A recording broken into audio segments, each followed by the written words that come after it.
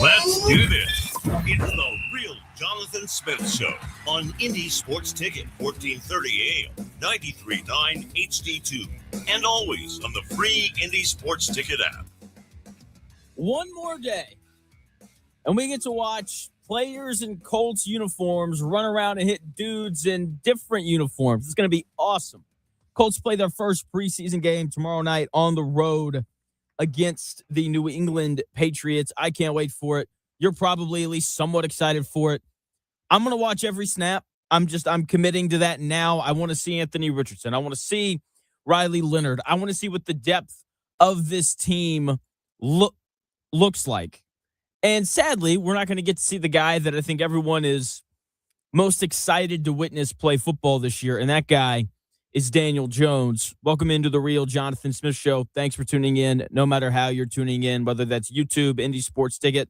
If you want to head over there and subscribe, you can watch the show on X__ Jonathan Smith. Follow me there and watch the show there. You can also listen on the Indie Sports Ticket app, which you can download wherever you find your apps, and of course, 1430 AM as well if you're driving around the Indianapolis area.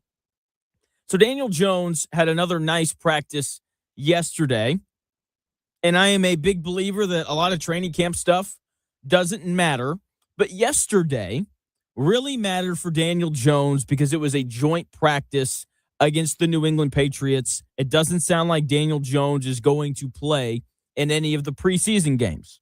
So yesterday, in a sense, was his first preseason game. Live bullets against an opposing team.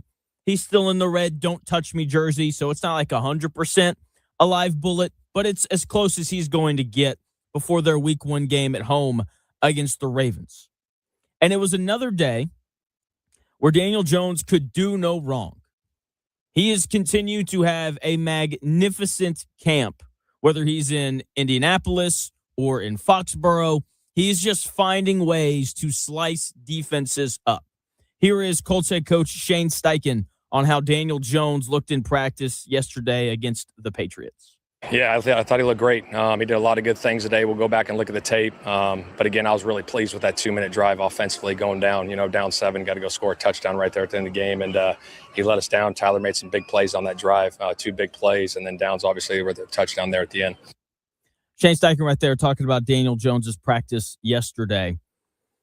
The Patriots have a good defense. You don't get to the Super Bowl without one. The secondary is probably the strongest part of that New England Patriots defense. And Daniel Jones had a really nice day. He went 15 of 22 passing between all of the drills. That is according to one of the New England Patriots beat writers. So I trust that a little bit more than maybe a Colts guy saying that.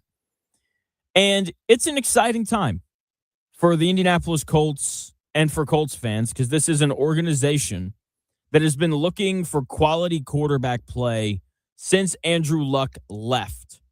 And I think there are a lot of people who think that the Colts have found it. I'm a partial believer in the idea that people think the Colts have found it in Daniel Jones just because all the other recent quarterbacks haven't been very good. With that being said, I've certainly been pretty tough on Daniel Jones because I personally need more than 8 games against a bunch of non-playoff teams before I buy in like some other people have.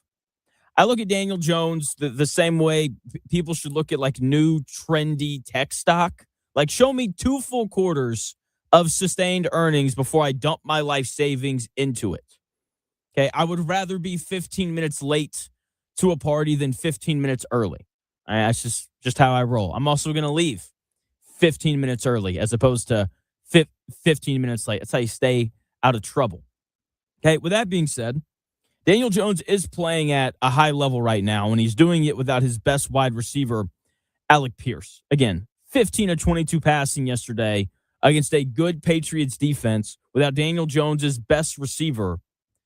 That means something. That's something that you can't just like brush to the side. Okay, without the guy who makes everything easier offensively, Daniel Jones still had a great day. It wasn't a good day. It wasn't a nice day. It was a great day. When you complete 68% of your passes and find success in the 2-minute drill, that is a great day. Alec Pierce is the three-point shooter in NBA terms that NBA teams stick in the corner because it provides spacing. Okay, teams in the NBA that can't shoot often struggle to score because it's harder to get to the rim. In football terms, Alec Pierce is like power steering. You don't realize how much heavier the drive is until it's gone. Okay, Alec Pierce provides spacing for the offense. When you have a guy who can just kind of run by everybody and make plays 40 yards down the field, you have to respect that. You have to roll a safety over. You have to roll some help this way, because if you don't, he'll beat you over the top for 40 yards, and that's obviously very problematic for defenses. So without that guy who provides a ton of spacing, Daniel Jones diced up a very good defense in New England yesterday. I know Christian Gonzalez didn't practice for New England yesterday. He's wanting a contract extension, as he should. A guy's one of the best corners in football. But that's still a very good New England Patriots defense, even without Christian Gonzalez. So Daniel Jones is doing what he should do. Okay, he is playing well in practice. Practice should be easy. If you can't find success in practice, then you're probably not going to be able to perform on Sundays in front of thousands of people. So this is a great sign for Daniel Jones in terms of his rehab. Again, more people saying it looks like he never got hurt. And his development within the Colts offense. He should be better this year compared to last year, just because he's had a full year in this Shane Steichen system. Okay, the more he plays, the more real things seem. Me personally, though, I just kind of refuse to get my hopes up because I've seen 7 years of Daniel Jones, and I know he can be volatile in the regular season. But it seems like he's going to give the Colts a chance. He's going to give the Colts an opportunity to win, and we'll see if the rest of this roster around him can push the Colts to wins. Right? It'll be a lesser version of what the Seattle Seahawks did last year. Okay, Sam Darnold, good enough to give you a chance to win, but you're also going to need A.J. Barner at tight end to make a couple nice plays. You're going to need Kenneth Walker to rip off a couple of chunk runs. You're going to need Jackson Smith and Jigba to make life a little bit easier on Sam Darnold in some big spots. You're going to need your offensive coordinator to call the right play consistently. And I think Daniel Jones is in a similar place with the Colts this year. He's going to give them a chance. Okay, can Jonathan Taylor rip a couple of big runs? Can Tyler Warren bring down a couple of passes that he probably shouldn't? Can Shane Steichen consistently call the right play at the right time, at the right moment? And if all those other things fall in line, then maybe the Colts can make the playoffs. The Colts right now are a luxury sports sedan with 150,000 miles on it. At its peak on the highway, it feels fantastic. But you're constantly waiting for that check engine light to pop on. Okay, the Colts at their peak could compete for the AFC South. That is not lost on me. I think this is an 8-9 team that finishes third in this division. And that's where they're going to be at their worst. At their worst, they're going to be fighting the Titans off to finish third in the AFC South. Okay, there is a wide range of outcomes for the Indianapolis Colts this year, and it's all going to come down to how Daniel Jones holds up. I think he would hold up a little bit better if they went and got Keenan Allen. But the NFL is a league filled with one-score games. Okay, the NFL is a lot like upscale real estate. Everyone's bidding within 5% of each other, and it always comes down to who closes the deal in the final minute. It's why the NFL is so incredibly popular. Like, there are going to be people who willingly watch the Miami Dolphins play this year, even though they're going to suck. Okay, they're going to be in the majority of the games that they played in because that's how the majority of the NFL games are. It's why it's the most popular league in America. All of the games are close, and there are some years where things swing in your direction, and there's other years where it doesn't. For example, The Denver Broncos went 14-3 last year. They won 11 one-score games. Sometimes things fall your way. And when they do, you can win 14 games apparently.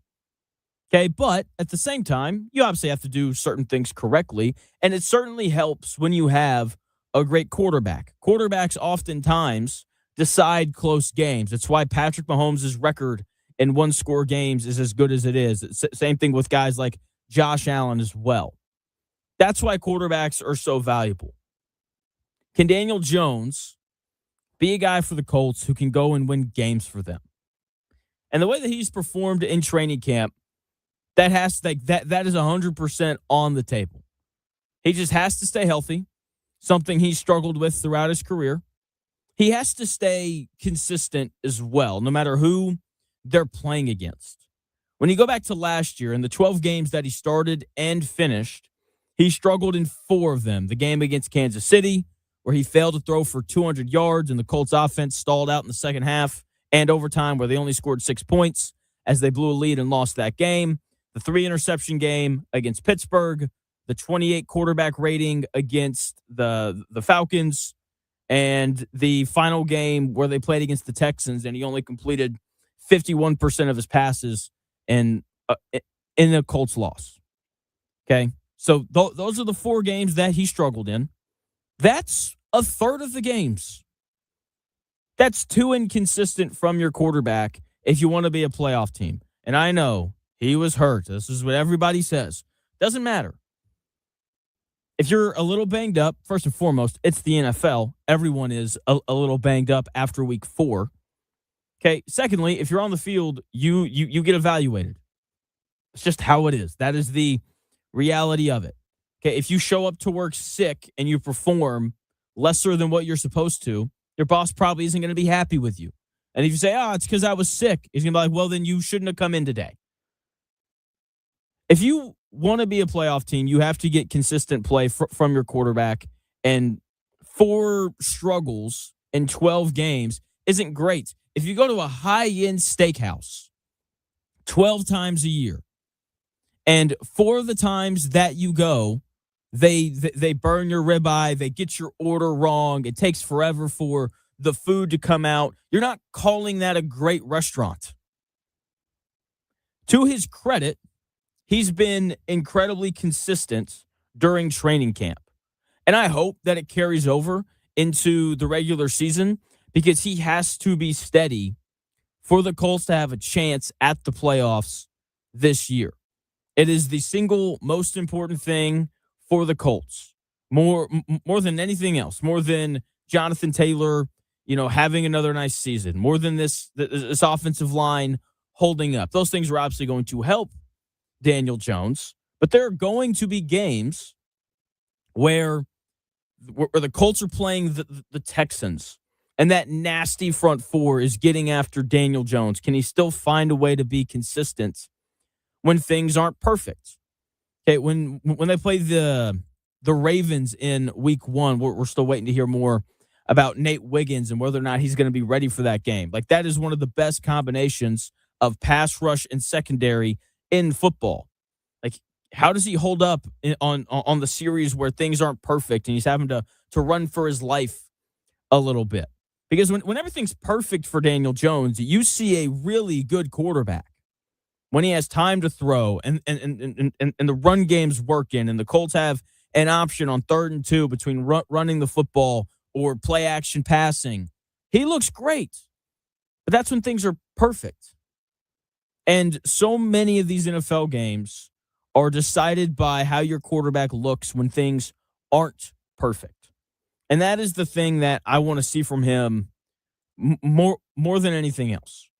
Okay, how does he look when things aren't going his way? And he's got to do just a little bit more to elevate everybody around him. Because I do think that between this offensive line and Tyler Warren and Jonathan Taylor, like, they're going to make his life easier. It's why he had the great start to last year. But in the games where they don't elevate him, can he find something a little extra to elevate everybody else around him? That is what is going to determine whether or not the Colts are a playoff team this year or not. tomorrow night, the Indianapolis Colts start their preseason games on the road against the Patriots. I'm psyched for it. Chris, scale of 1 to 10, how excited are you for Colts Patriots tomorrow night? Definitely a 10. Okay. I'm ready for football to start, man. Let's go. It's just like an appetizer to the season. I've always been excited about preseason, even though they don't really mean anything, but it's good to see. The one thing, let me see if I can find it here. The Raiders play tomorrow night as well, and Fernando Mendoza is going to play. That's what that means. So they're on ESPN Unlimited. I don't know what that means. So I'm hoping I can like split screen, catch both games, because I do want to see Mendoza, because we don't know when we're going to see him in the I don't know when we're going to see him during the regular season, but I do want to see him on like in an NFL game at some capacity. So I'm hoping I can like split screen and watch both. You? Do you care at all about Mendoza? No, I'll check out the highlights, but I'm not paying extra for ESPN Unlimited. Well, I'm hoping that like through Sunday Ticket, it'll let me watch both. Because I'm with you. I'm not paying extra for ESPN Unlimited. Right. But if through Sunday Ticket I can catch both, Sure. sign me up. Yeah, if it was regular season, yeah, sure. But Yeah. not preseason. But yeah, I'll check out the highlights for sure. I hope he does well. Me too. I think he will. I think he's going to be pretty good. he's going to be a stud for sure. Just don't know when.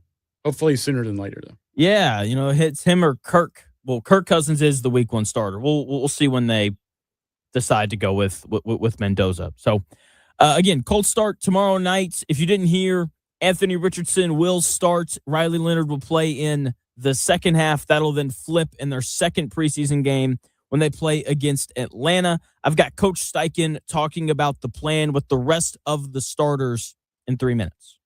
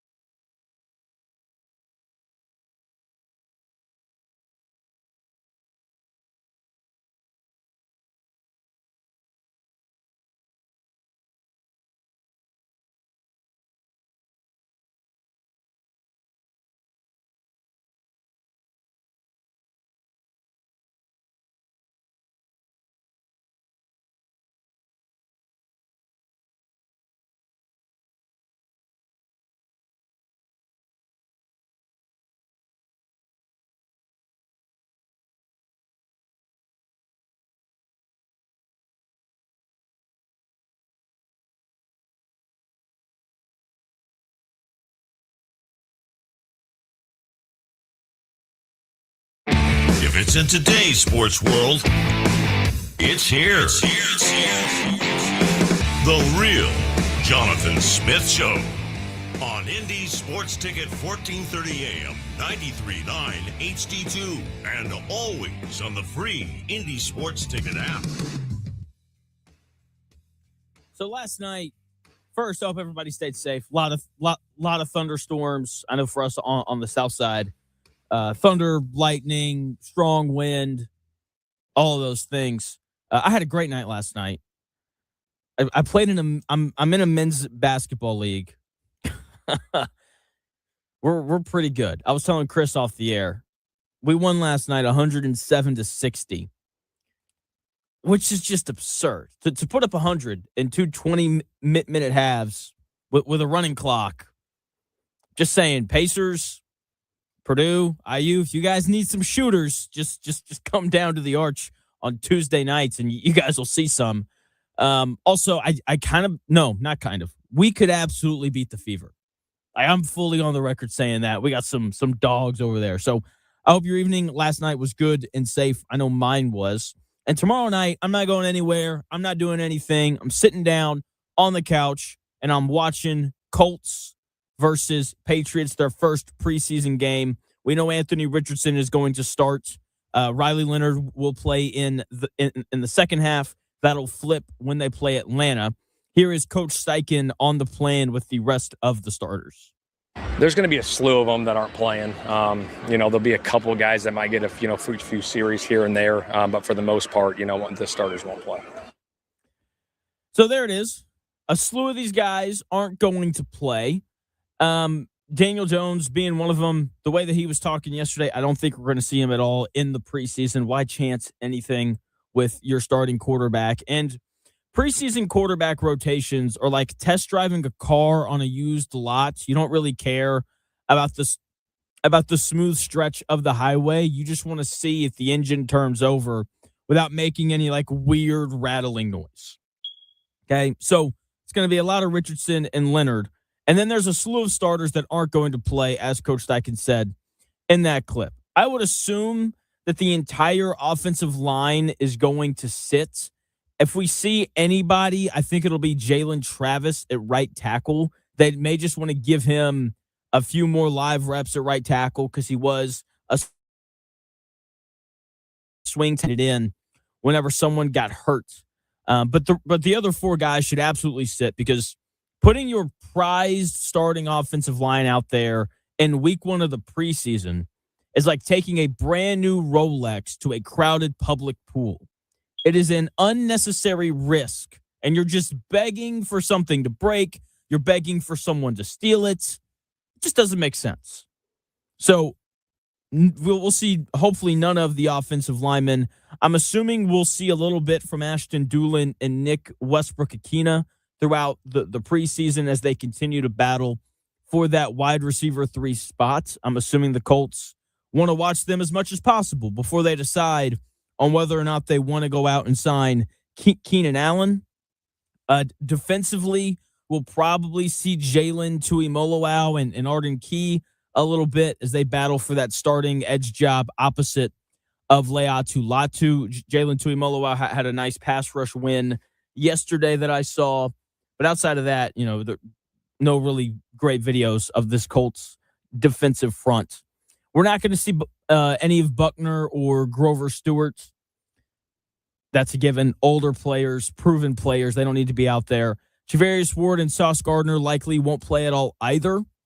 Sitting proven elite veterans in August is like keeping your best bottle of wine sealed for Thanksgiving.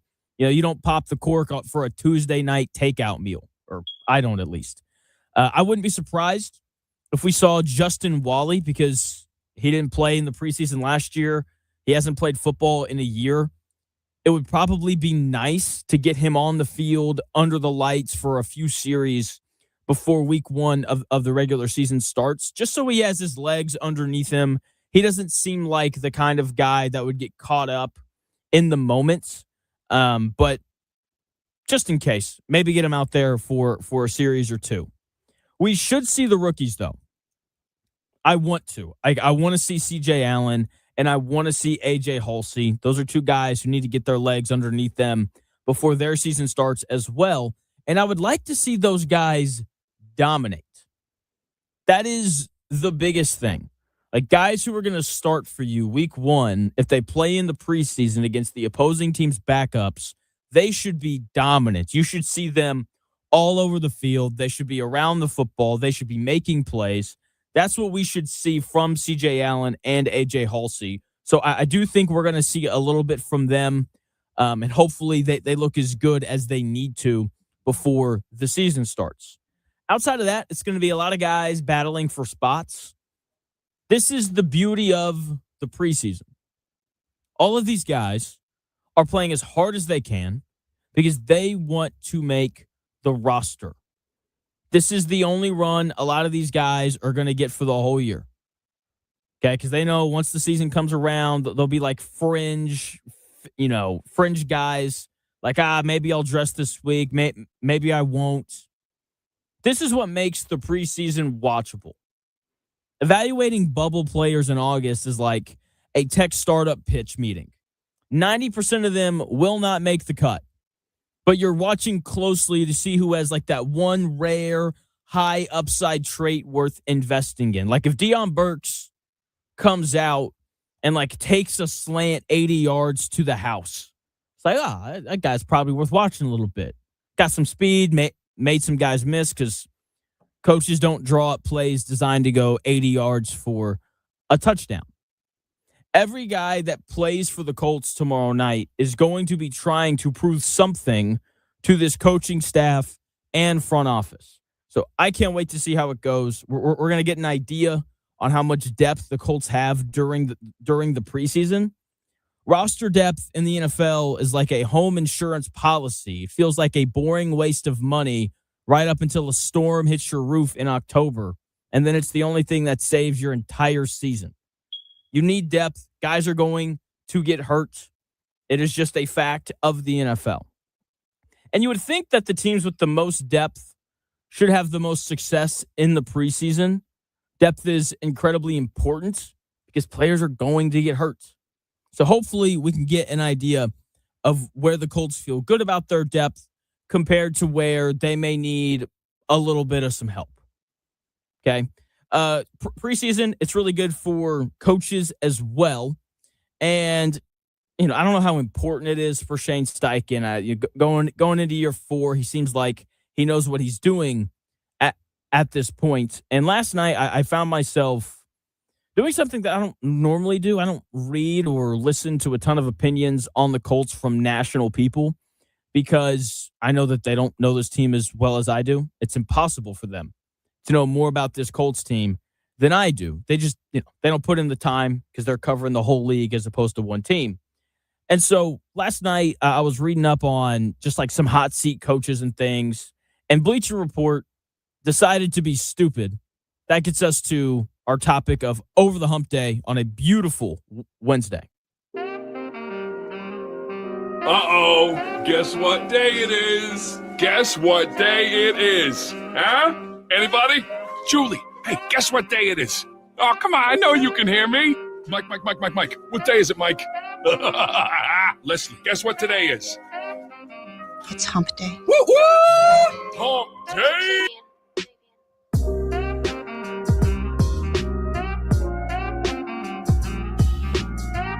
As the coach, I gotta get us over that hump. I gotta get them comfortable, knowing that you're gonna be in close games and you gotta make plays coming down the home stretch. I mean, in the tournament, we were right there. I just didn't get on the hump, man, and that's something that I live with every day of my life. Because I truly believe that was the team to really make some noise and get to the finals, and I just couldn't get them over the hump. Mike Woodson in that never-ending struggle of getting over the hump. And in that Bleacher Report article where they just decided to be stupid, they ranked Coach Steichen as the head coach with the hottest seat going into this next NFL season. That is insane. Absolutely insane. It's like putting Coach Steichen on the hottest seat in the NFL without looking at everything else, it's like looking at a broken down Porsche and blaming the driver when the mechanic forgot to put oil in the engine. Okay, Coach Steichen is driving this team. Chris Ballard is assembling it, and I would say he hasn't done a great job. I know things haven't gone perfectly for Coach Steichen during his time in Indy, but I would argue it's been more of a roster issue than a Shane Steichen issue. He has one inexcusable mistake. That was throwing the fourth down swing pass his first season as the head coach to Tyler Goodson, the third string running back. That's the only playoff costly mistake that he's made. It wasn't his fault 2 years ago when Jonathan Taylor dropped the ball before he crossed the goal line in Denver. That win would have put the Colts at 7-7 with 3 games left against 3 bad teams, the Titans, Jaguars, and Giants. Wasn't his fault last year that Daniel Jones got hurt after that 8-4 start. Okay, he's had Anthony Richardson and Gardner Minshew start over half of his games during his time here. Both of those guys could be third-string quarterbacks this year. You're asking Shane Steichen to cook a 5-star Michelin meal, but Chris Ballard keeps handing him lunch meat and off-brand white bread.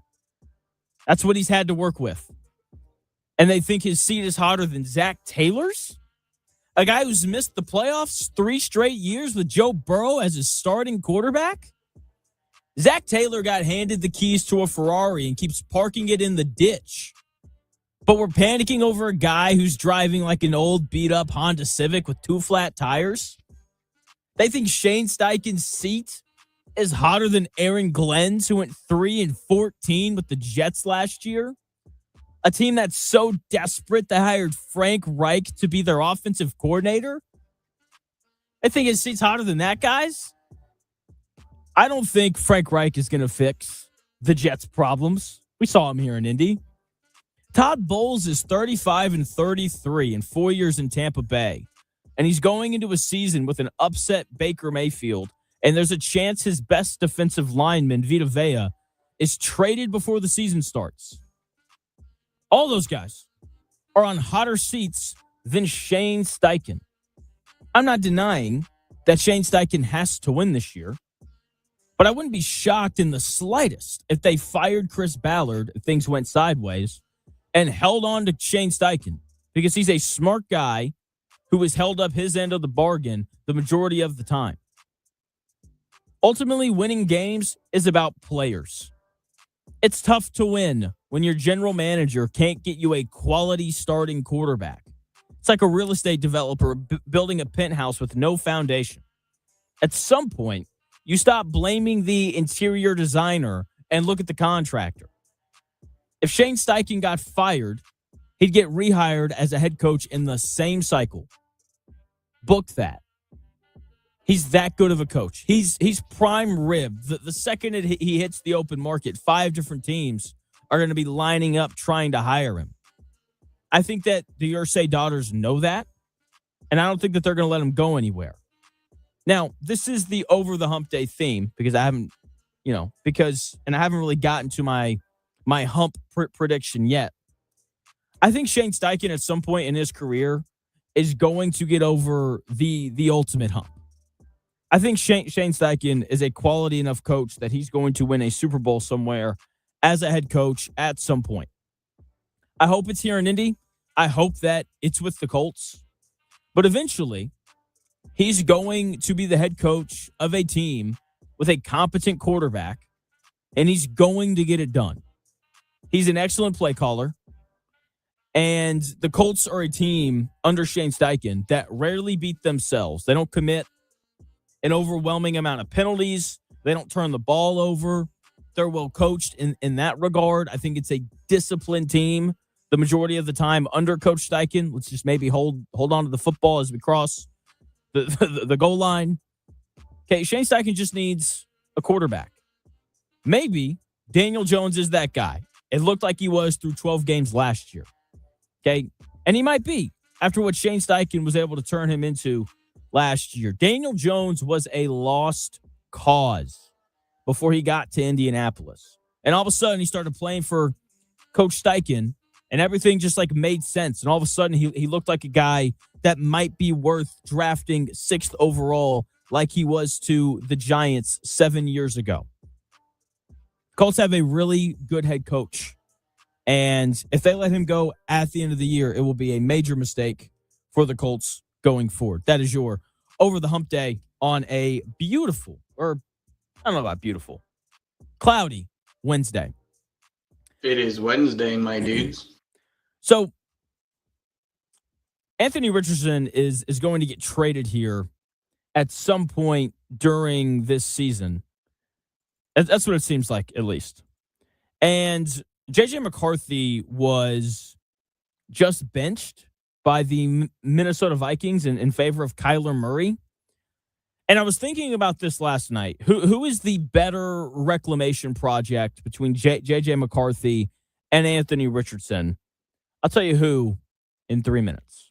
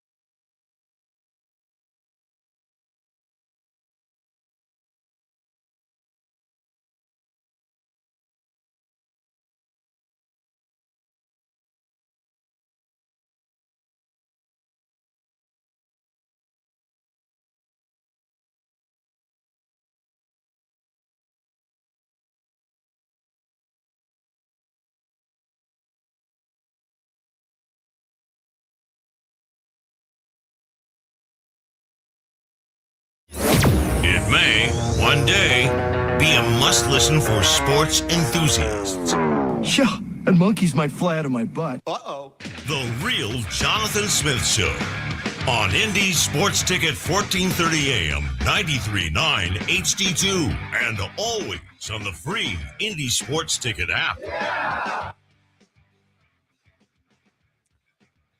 The Colts get ready to play their first preseason game of the year tomorrow night. Can't wait for it. Should be a lot of fun. Anthony Richardson getting the starts. Riley Leonard playing in the second half, and then that will flip when they play Atlanta in their next preseason game. That's on a Saturday. Anyway, so Anthony Richardson was certainly not the right quarterback for the Colts and Shane Steichen. Welcome into the Real Jonathan Smith Show. Thanks for tuning in, no matter how you're tuning in. YouTube, X, the Indy Sports Ticket app, or 1430 AM. And that's why Anthony Richardson's likely going to be the Colts' third-string quarterback this year until he gets traded somewhere else. J.J. McCarthy wasn't the answer in Minnesota, and they are the two latest young quarterbacks that might get shipped out to see if they can revive their careers somewhere else. Chris threw out the idea yesterday of the Colts just trading for J.J. McCarthy, a little one-for-one swap, a little change of scenery for both of them. And that got me thinking, like, which one would I rather have? Okay, they're because, look, neither one of them are good. It's just the reality of it. They're like shiny sports cars sitting on a lot with no transmission. They look great in a showroom. They look great in shorts when they're throwing the ball to receivers with no one guarding them. But they're not taking you anywhere when live bullets start flying. Anthony Richardson struggles to complete simple passes, but he does give you some wow moments here and there. J.J. McCarthy is a quarterback that struggles to complete simple passes, but he doesn't give you wow moments. He also has a turnover problem. 11 touchdowns and 12 interceptions in his career. Which one of these guys would be a better reclamation project? I think Anthony Richardson is like buying a fixer-upper mansion with incredible bones and a leaky roof, whereas buying J.J. McCarthy is like buying a fixer-upper condo with low ceilings and bad plumbing. Spending a lot of money and time just to end up with a standard average place. Now, both have an immense amount of problems. Neither one of them can really complete passes. But you do have to like athleticism of Anthony Richardson. He can run the ball for you. The problem with that, though, is he gets hurt. Kind of a problem. J.J. McCarthy isn't the epitome of health himself either. Only played 10 games in his career, as torn his meniscus. But the one thing between these two guys that is the same is despite both of them being hurt for prolonged amounts of time, neither one of these guys have seemed to return from those stints of being hurt with a better understanding of the offenses that they're in. It's like taking a semester abroad to study a language and then coming back and still needing Google Translate to order coffee. Kind of defeats the purpose. Okay, another similarity between these guys, they're both backward hat guys. Not a good sign. There's a lot of similarities here. And I think that the biggest similarity that you'll find is in college. Florida didn't trust Anthony Richardson to throw the ball. That's kind of a problem. And he didn't play much in college. He only attempted 393 passes in his career. J.J. McCarthy started 3 years at Michigan, so he's going to have more career passing attempts. But he only threw the ball 713 times over 3 years. For comparison, Fernando Mendoza started 3 years of college and had over 1,000 attempts throwing the football. There is a famous game where J.J. McCarthy only threw the ball 8 times, and he didn't attempt to pass in the second half in a win over Penn State. They didn't want him throwing the ball at Michigan. That's obvious. That's like hiring a high-end chef and only letting him boil water. Is he really a high-end chef if you only let him boil water? Probably not. Then they both got to the NFL, where quarterbacks are asked to throw the ball a lot because that's what quarterbacks do in the NFL, and neither one of them found much success. What a surprise. I think Anthony Richardson is the better project just because of his athletic ability. You know, I make jokes about him dunking a basketball all the time, but having guys who can create when a play breaks down is a nice luxury in the NFL, and he does have the ability to do that. the rushing ability in theory should also be a nice thing to have in the red zone. So I think that makes him a more attractive prospect immediately, because in today's NFL, a dual threat quarterback, it's like having a smartphone. Even if the app that you're trying to load glitches, you still have the camera and the internet and the GPS to bail you out in terms of whatever you're needing from that app. Okay?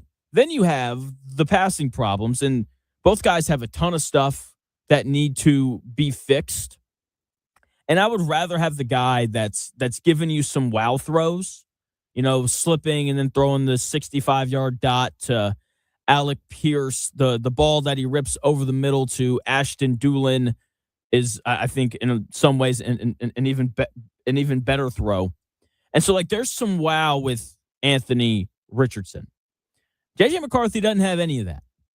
He has bad throws that result in us saying, wow, what a catch by Justin Jefferson. It is a long road back for McCarthy and Richardson, but I think I would rather have Richardson in a situation where neither answer feels right.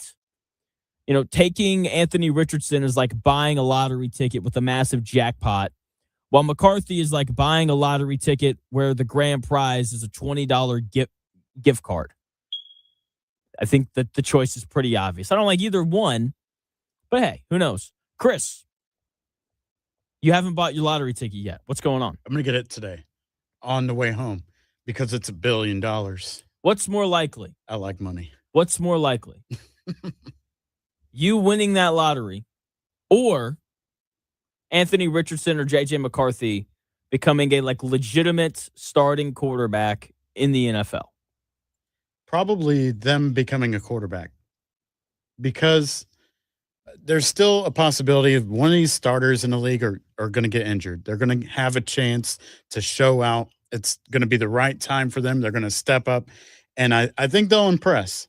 But what I was saying was that AR will probably have a better chance in Minnesota. You hear that too? Yeah, there's an echo when you here. talk. I don't know why. Yeah, That's I don't weird. know. It's like I'm in a tunnel. I don't know where that's coming from. But yeah, I would, although I would like to say I'd have a better chance of winning the lottery, they probably have a better chance this season. Somebody's going to get injured. They're going to step up. They'll have a good chance to show up. That's not what I'm asking. I mean, at some point in their career, they become like Sam Darnold, where Sam Darnold is unquestionably the starting quarterback for the Seattle Seahawks this year.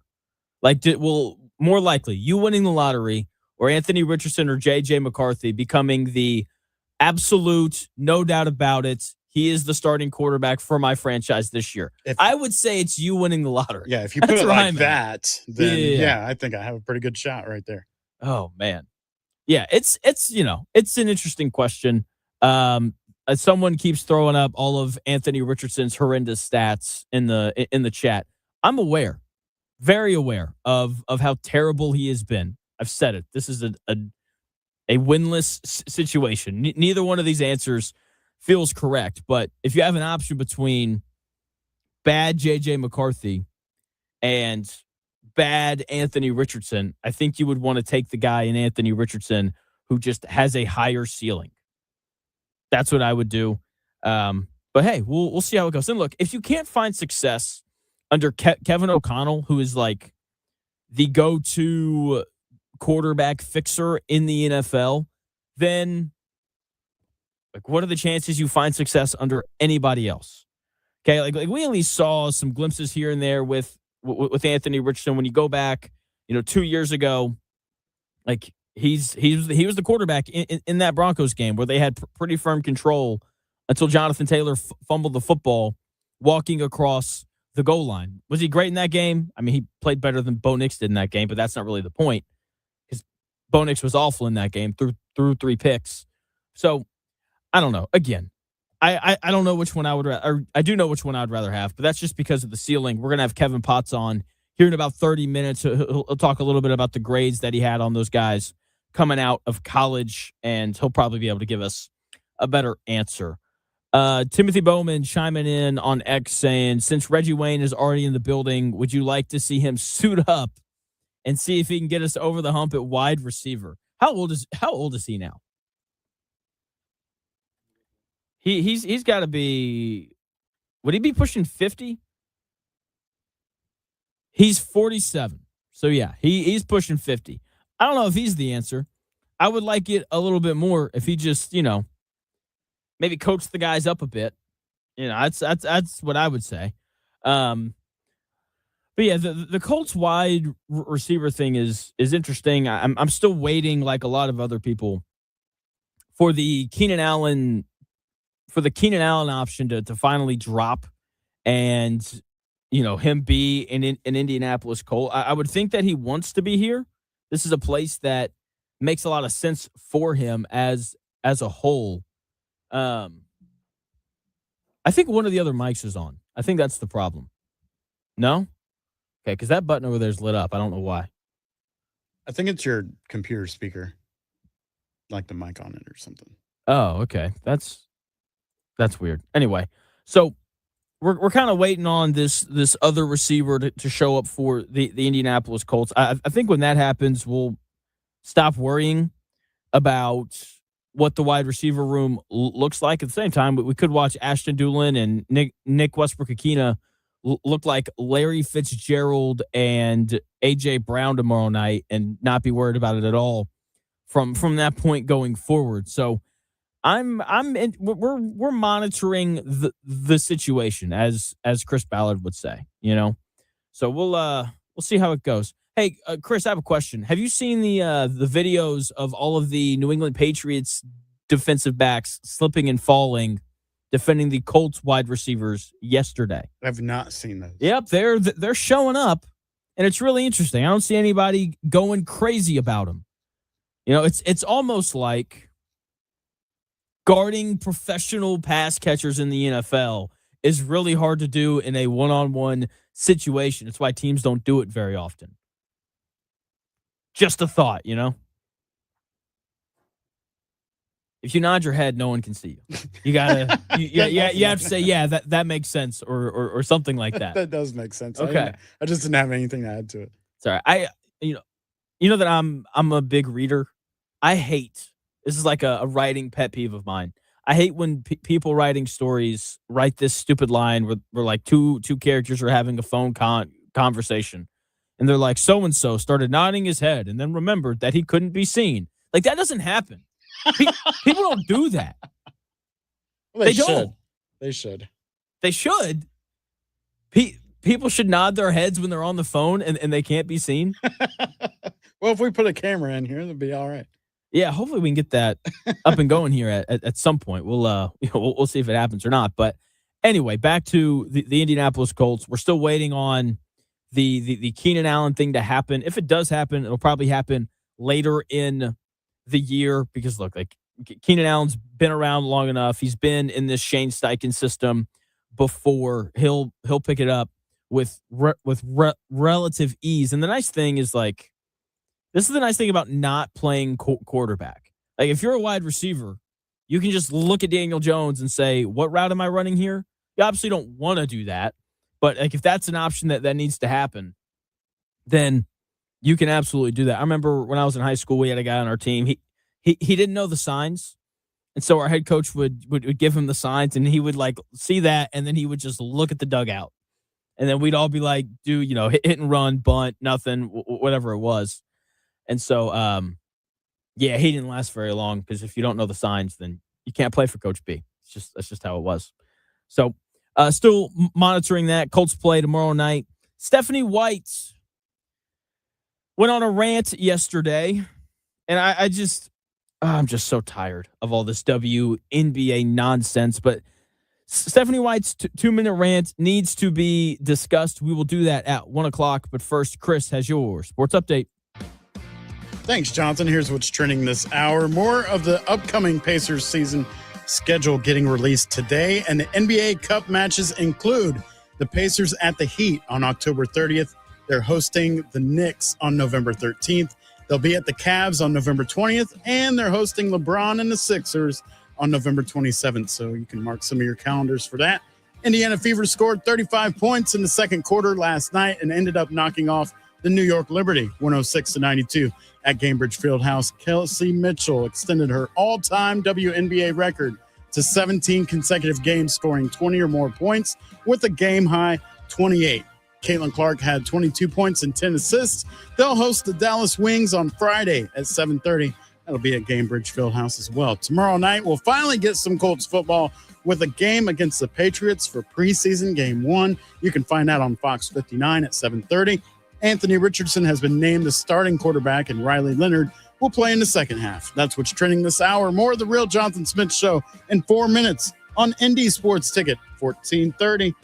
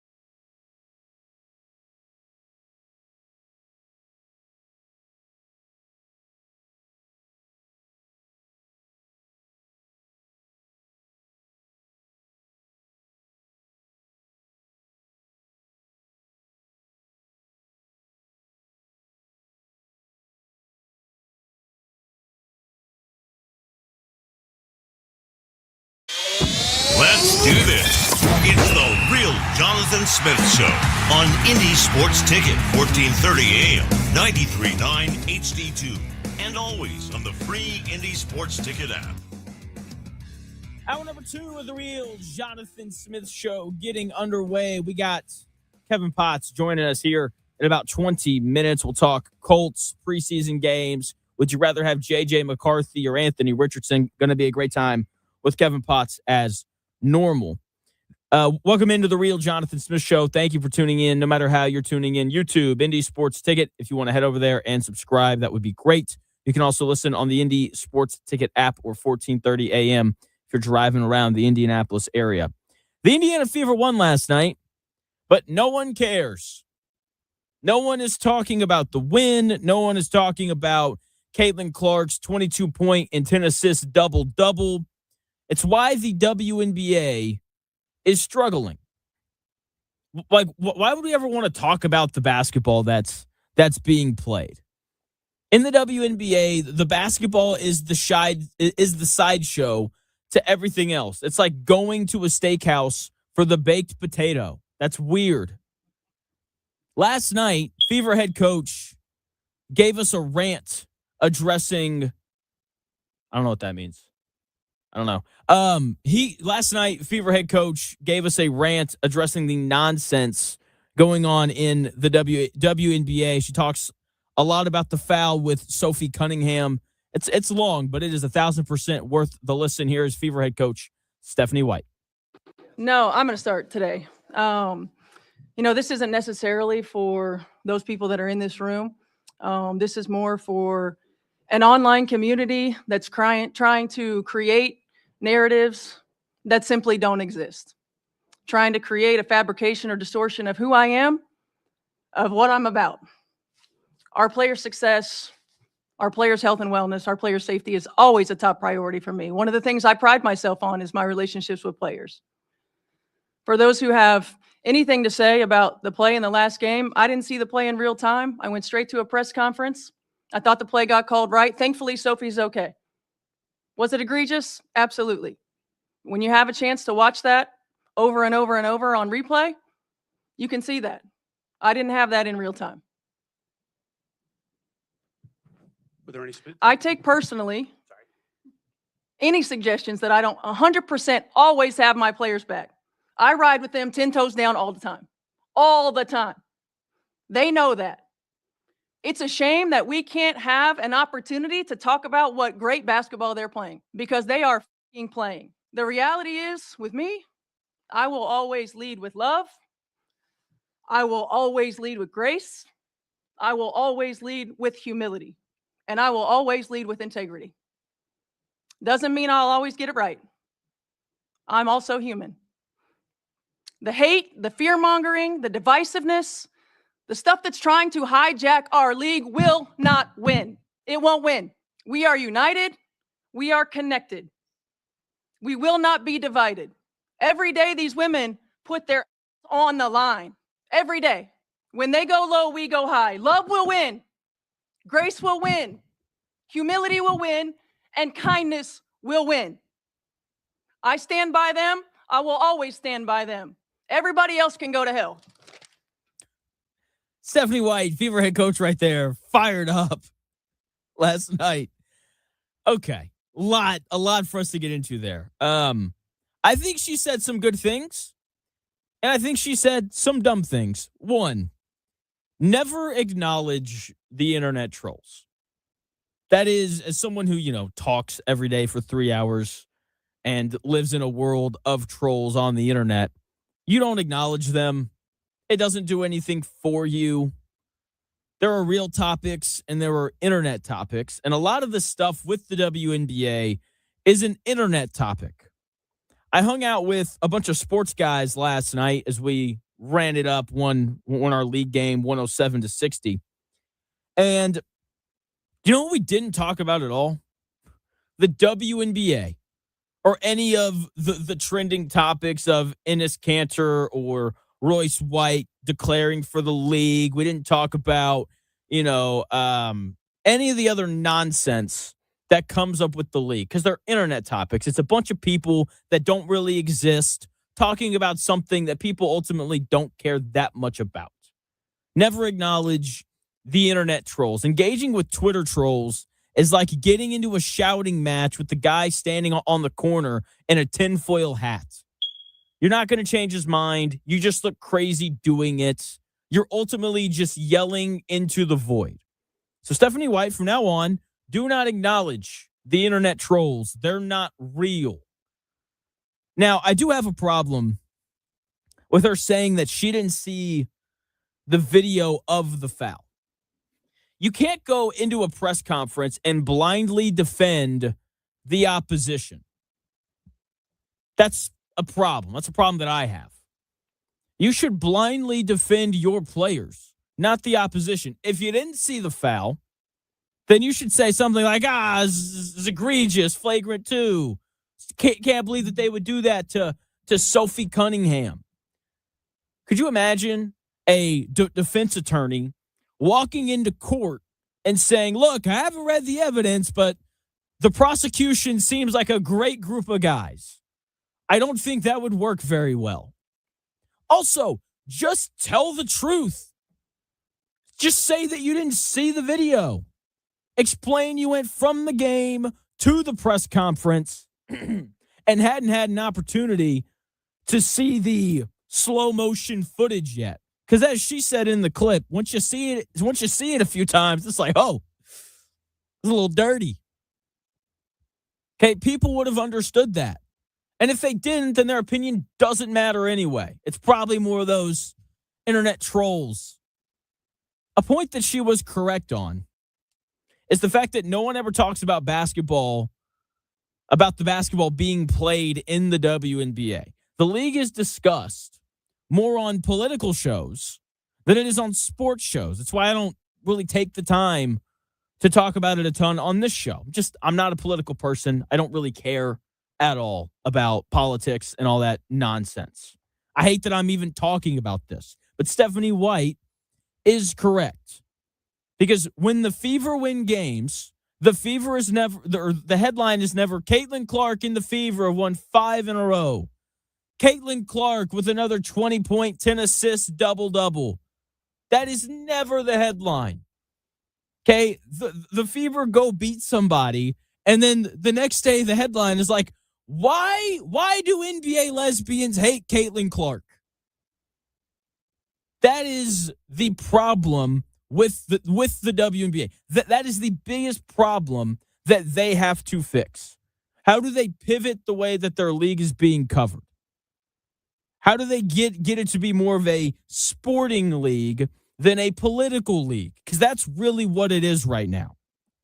Speaking of which, Stephanie White claims that the WNBA is united and connected. That is not true.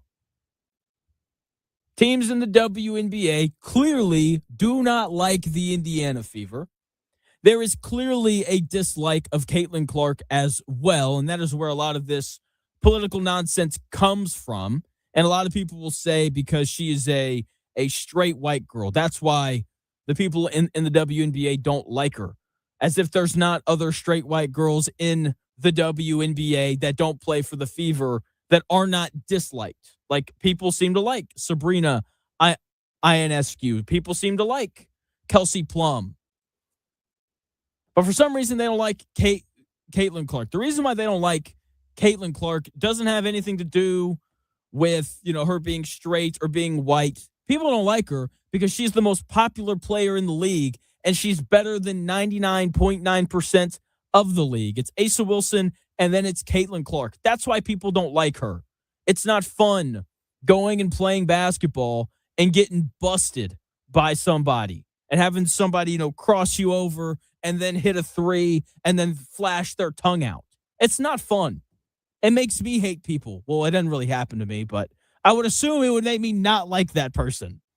Okay? If the league was united, you wouldn't have all of these political talking points. So Stephanie White is completely wrong in that idea. Also, since she said the stuff that's trying to hijack the league won't win, I'm going to assume that the Indiana Fever are not going to draft Enes Kanter in the 2027 WNBA draft. Just a guess there. Just a guess.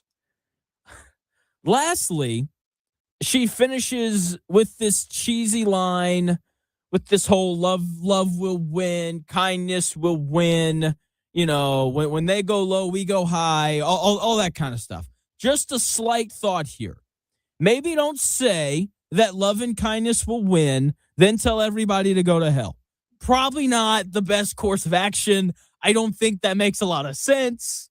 That's like your real estate agent giving you a warm smile, handing you a housewarming basket, and then keying your car on the way out of the driveway. Doesn't really fit together, okay?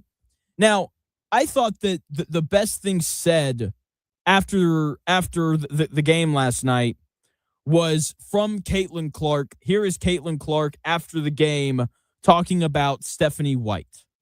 I think our world is just like, we love to hate. We love to divide. Like, that's all we want to do. Like, nobody wants to see each other succeed. And I think that's a really painful thing for myself to watch. I feel like we need to do a better job at uplifting each other. And I can assure you there was no way we were losing this game tonight. And I told her that before the game. Like, there was no way we were losing this game for her. And, you know, it's tough. Like, that's my head coach. Like, I hated that our fans booed her before the game. That made me a little sick, to be honest.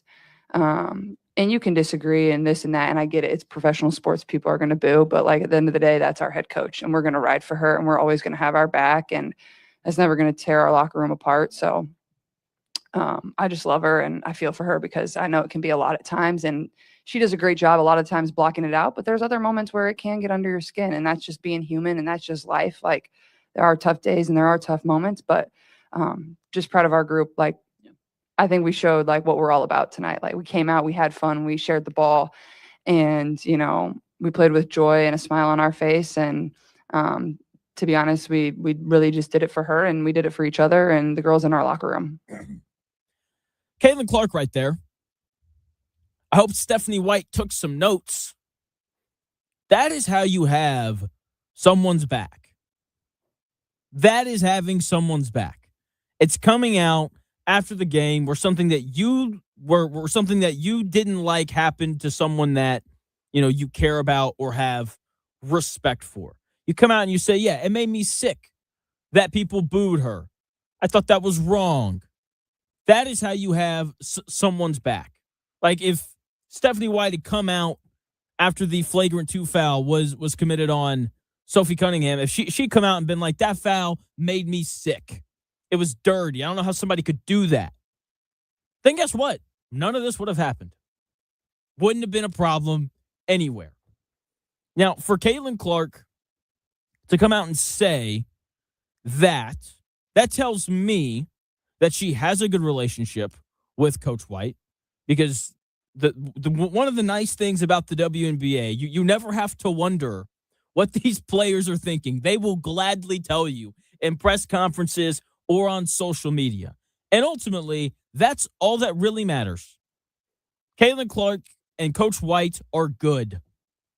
Sophie Cunningham was a part of that press conference as well, and you can tell that she likes Coach White.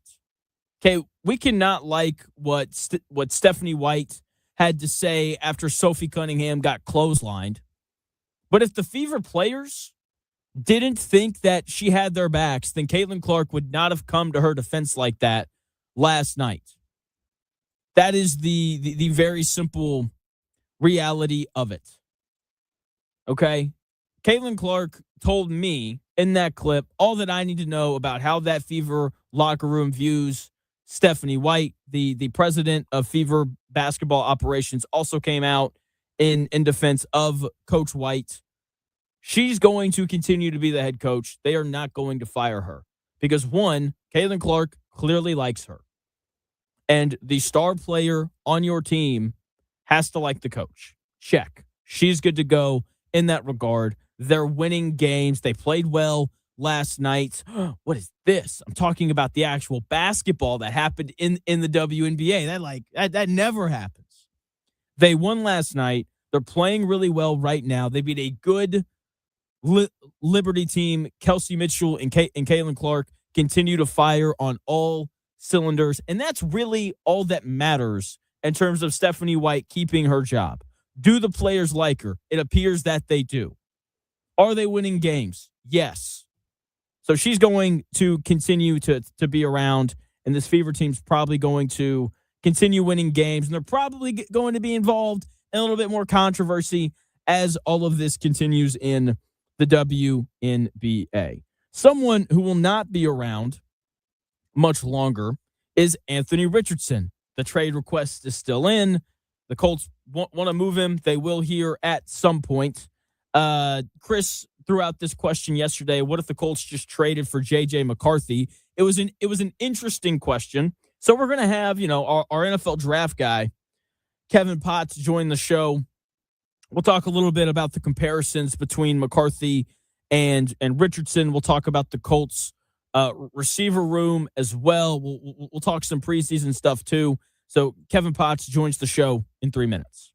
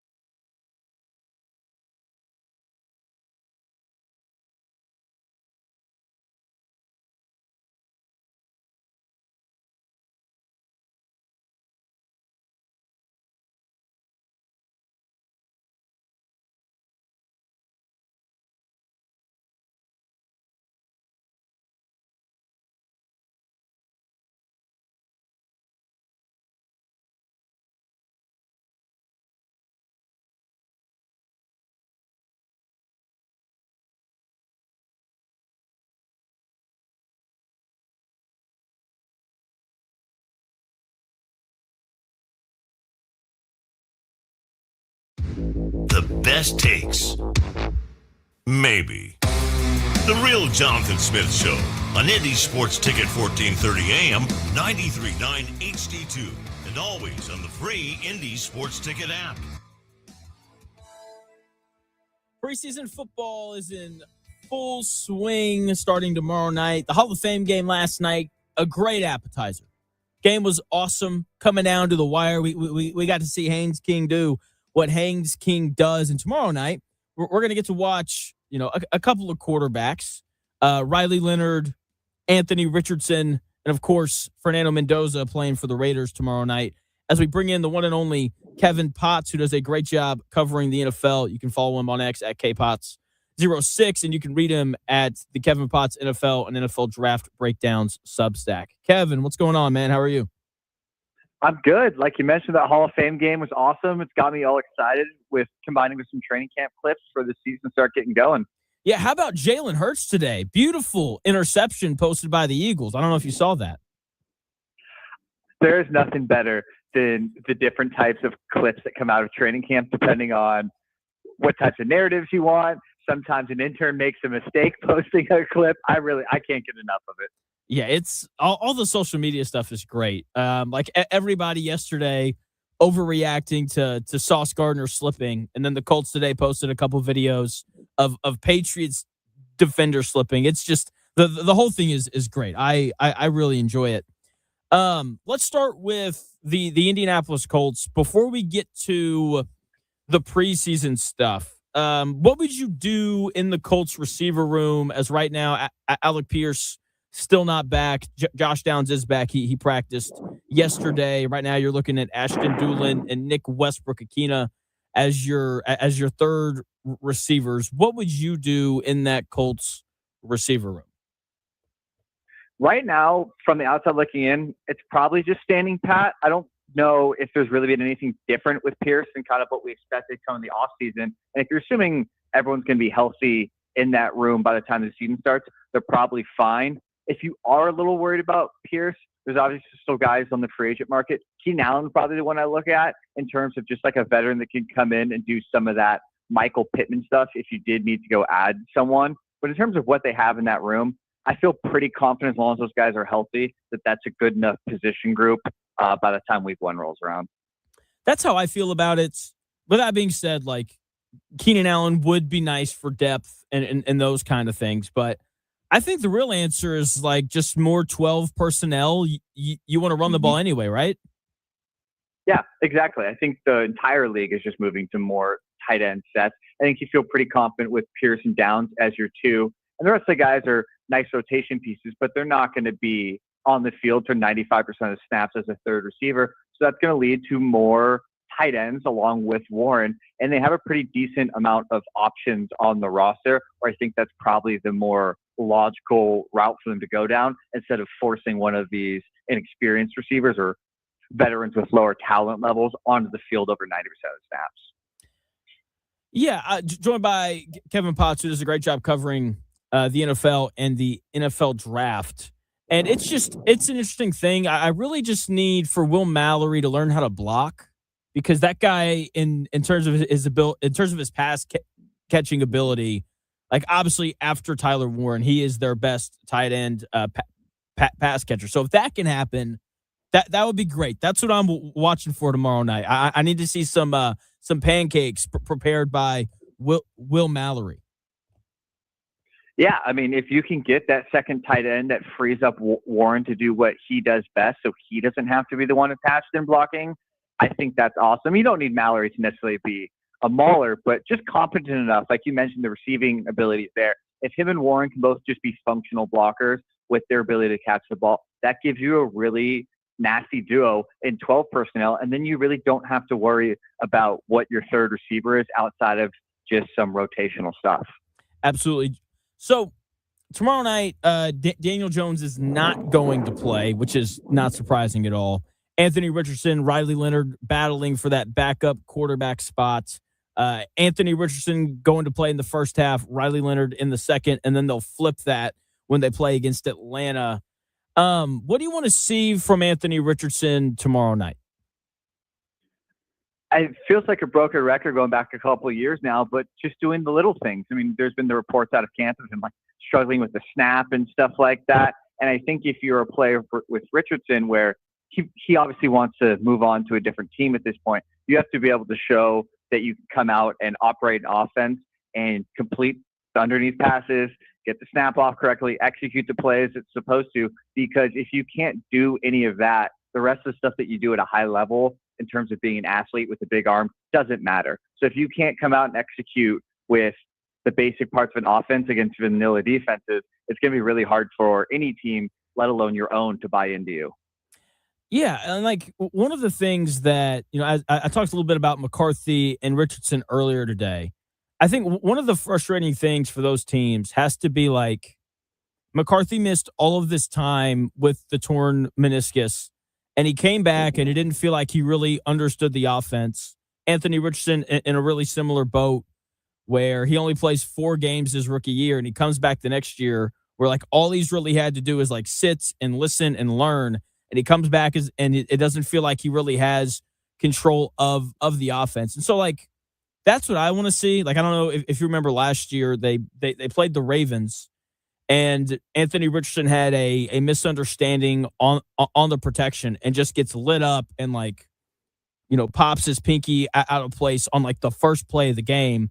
And so in addition to just like doing the easy things, I just want to feel like he's in control of the offense and he knows what's going on, Yeah, 100%. And it was one thing when they were a rookie and they're out there making mistakes because you expect that. You're now into, year 3, year 4 with him and JJ. You are a backup at this point. And a team's not going to want to keep you as your backup if you can't come in and execute the easy parts of an offense. And whether you're trying out for your team or a different team, if you can't do that, you're just not going to end up on a roster. And a guy like Riley Leonard, who's in competition with him, yeah, maybe he's not as talented, but he's played a lot of football. And he can do some of those things where if he does have to play, the coaching staff's not going to pull their hair out.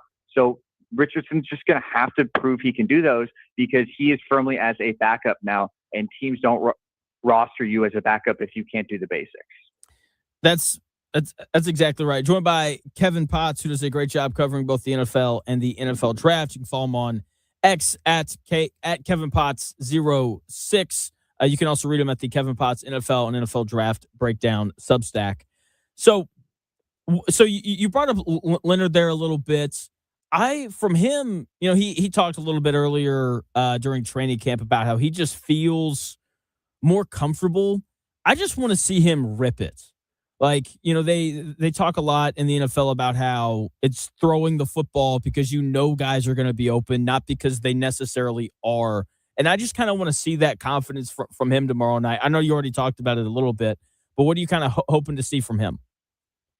Yeah, I think you want to see a guy who has now actually played a little bit in actual games look comfortable. He should be a guy that you look at when he's out on the field tomorrow and be like, he's better than a lot of these other options because he's played a lot of football. He's now in year 2 of the offense. It's not just one read tuck or dump it down. You want to see some of those more aggressive throws. And if you're going to make some mistakes, that's fine. Make them, like you said, aggressively. Try and push the ball down the field. Try and make some of those tight window anticipatory throws. Even if it's not all perfect, I do think you want to see him try and be a little bit more of a complete and aggressive passer as opposed to the low ceiling point guard you usually see from a rookie when they're first out there in their first year. Yeah, that's, I think, a great way to put it. A low ceiling point guard. That's good. I like that. I do want to kind of compare and contrast J.J. McCarthy and Anthony Richardson because I think there are just a lot of similarities, even going back to college. I know that these drafts were a few years ago, but do you remember if you had a higher grade on McCarthy or Richardson when they were coming out of college? I had a much higher grade on Richardson than McCarthy. And a part of that is because McCarthy came second. So there was a little bit of learning my lesson after Richardson and Trey Lance. Not going to get fooled the third time by an inexperienced quarterback that has good tools. And then also Richardson just has better physical tools than McCarthy. So he just gets more of a bump when it comes to grading. I had like an early third, late second on McCarthy. I thought the first round was kind of a reach because there's just so much more you need to see from him. And it was just too much projection for me. And unfortunately, it seems like that is kind of what reality is into his career. It's weird to call a guy a 3-year, or I guess not 3-year starter, a guy who was like a 2-year starter at Michigan, inexperienced. Why did you feel that way coming out for him? They just didn't ask him to do a ton. And it was one of those classic arguments of Did they not ask him to do it because they didn't need to, because that team was awesome? Or did they not ask him to do it because he couldn't do it? And there was some flashes, especially against TCU in the playoffs, that people really bought in terms of some of those over-the-middle throws. I mean, he's got a good arm. He's a good athlete. And obviously people really like the success. But for me, it was too much of betting on 12 to 15 plays over the course of an entire season where he's asked to do big boy NFL stuff versus he was just doing a lot of play action, handing the ball off, keeping, back to that point guard analogy, just keeping the offense on track because that Michigan team is so good that I was apprehensive of him just making the jump straight to the NFL and being asked to do all the things that NFL quarterbacks do in terms of both pre and post snap as a processor. That makes sense. So as a reclamation project, I think I would rather have Richardson just because of all of the physical tools. There's a couple of like, oh, wow moments with Richardson throughout his career. Whereas with McCarthy, like I feel like he struggles with a lot of the same things as Richardson, just in terms of like down to down consistency, being able to complete passes. And it's hard to like have a full opinion on that because we've only seen 10 games of McCarthy and we've only seen 15 games of Richardson. But like when I watched the Vikings with McCarthy, instead of being like, wow, what a throw there from McCarthy, it's wow, what a reception by Justin Jefferson on a bad pass. But between the two guys, who do you kind of like more as a reclamation project going forward? I do agree with you in a vacuum. I think I'd rather bet on Richardson.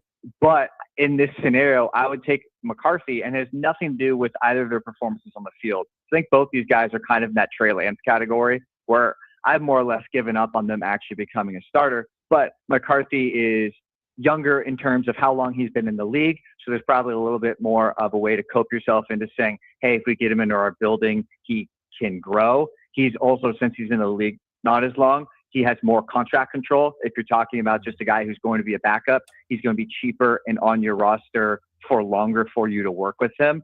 And then I kind of mentioned it earlier, some of the reports coming out of camp when it comes to Richardson are not the most flattering. And he's obviously had some stuff for the past couple of years, tapping himself out. I probably just would not want to deal with that for a guy who's my backup. And McCarthy just seems like a safer option to stash as my number 2, number 3, even if I don't think either of these reclamation projects are really going to work out. I don't know if you caught this. This came out earlier today, joined by Kevin Potts, who does a great job covering both the NFL and the NFL draft. There's a story out by Tyler Dune, who does a great job covering the NFL, where apparently like Kevin O'Connell would tell JJ McCarthy to do something, and he'd be like, why don't we do it this way? That doesn't seem great either. Does that kind of shift your opinion at all? Because I couldn't imagine being a rookie or a second-year guy who's barely played and looking at Kevin O'Connell of all people and being like, I don't think you're right.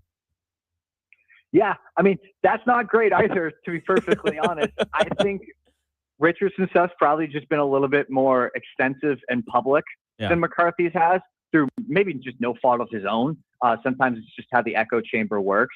But I think both of these guys are really like, it's a Sophie's choice here. If I don't think anything is really going to fix either of these guys, who's the quietest backup that's the cheapest is probably just going to be the guy I'm going to swing for. And that seems to change by the day when it comes to the news cycle. Yeah, absolutely. Last thing for you here, Kevin, before I let you go. I have to ask you, you're a 49ers fan. Do you hate anything more than electric substations?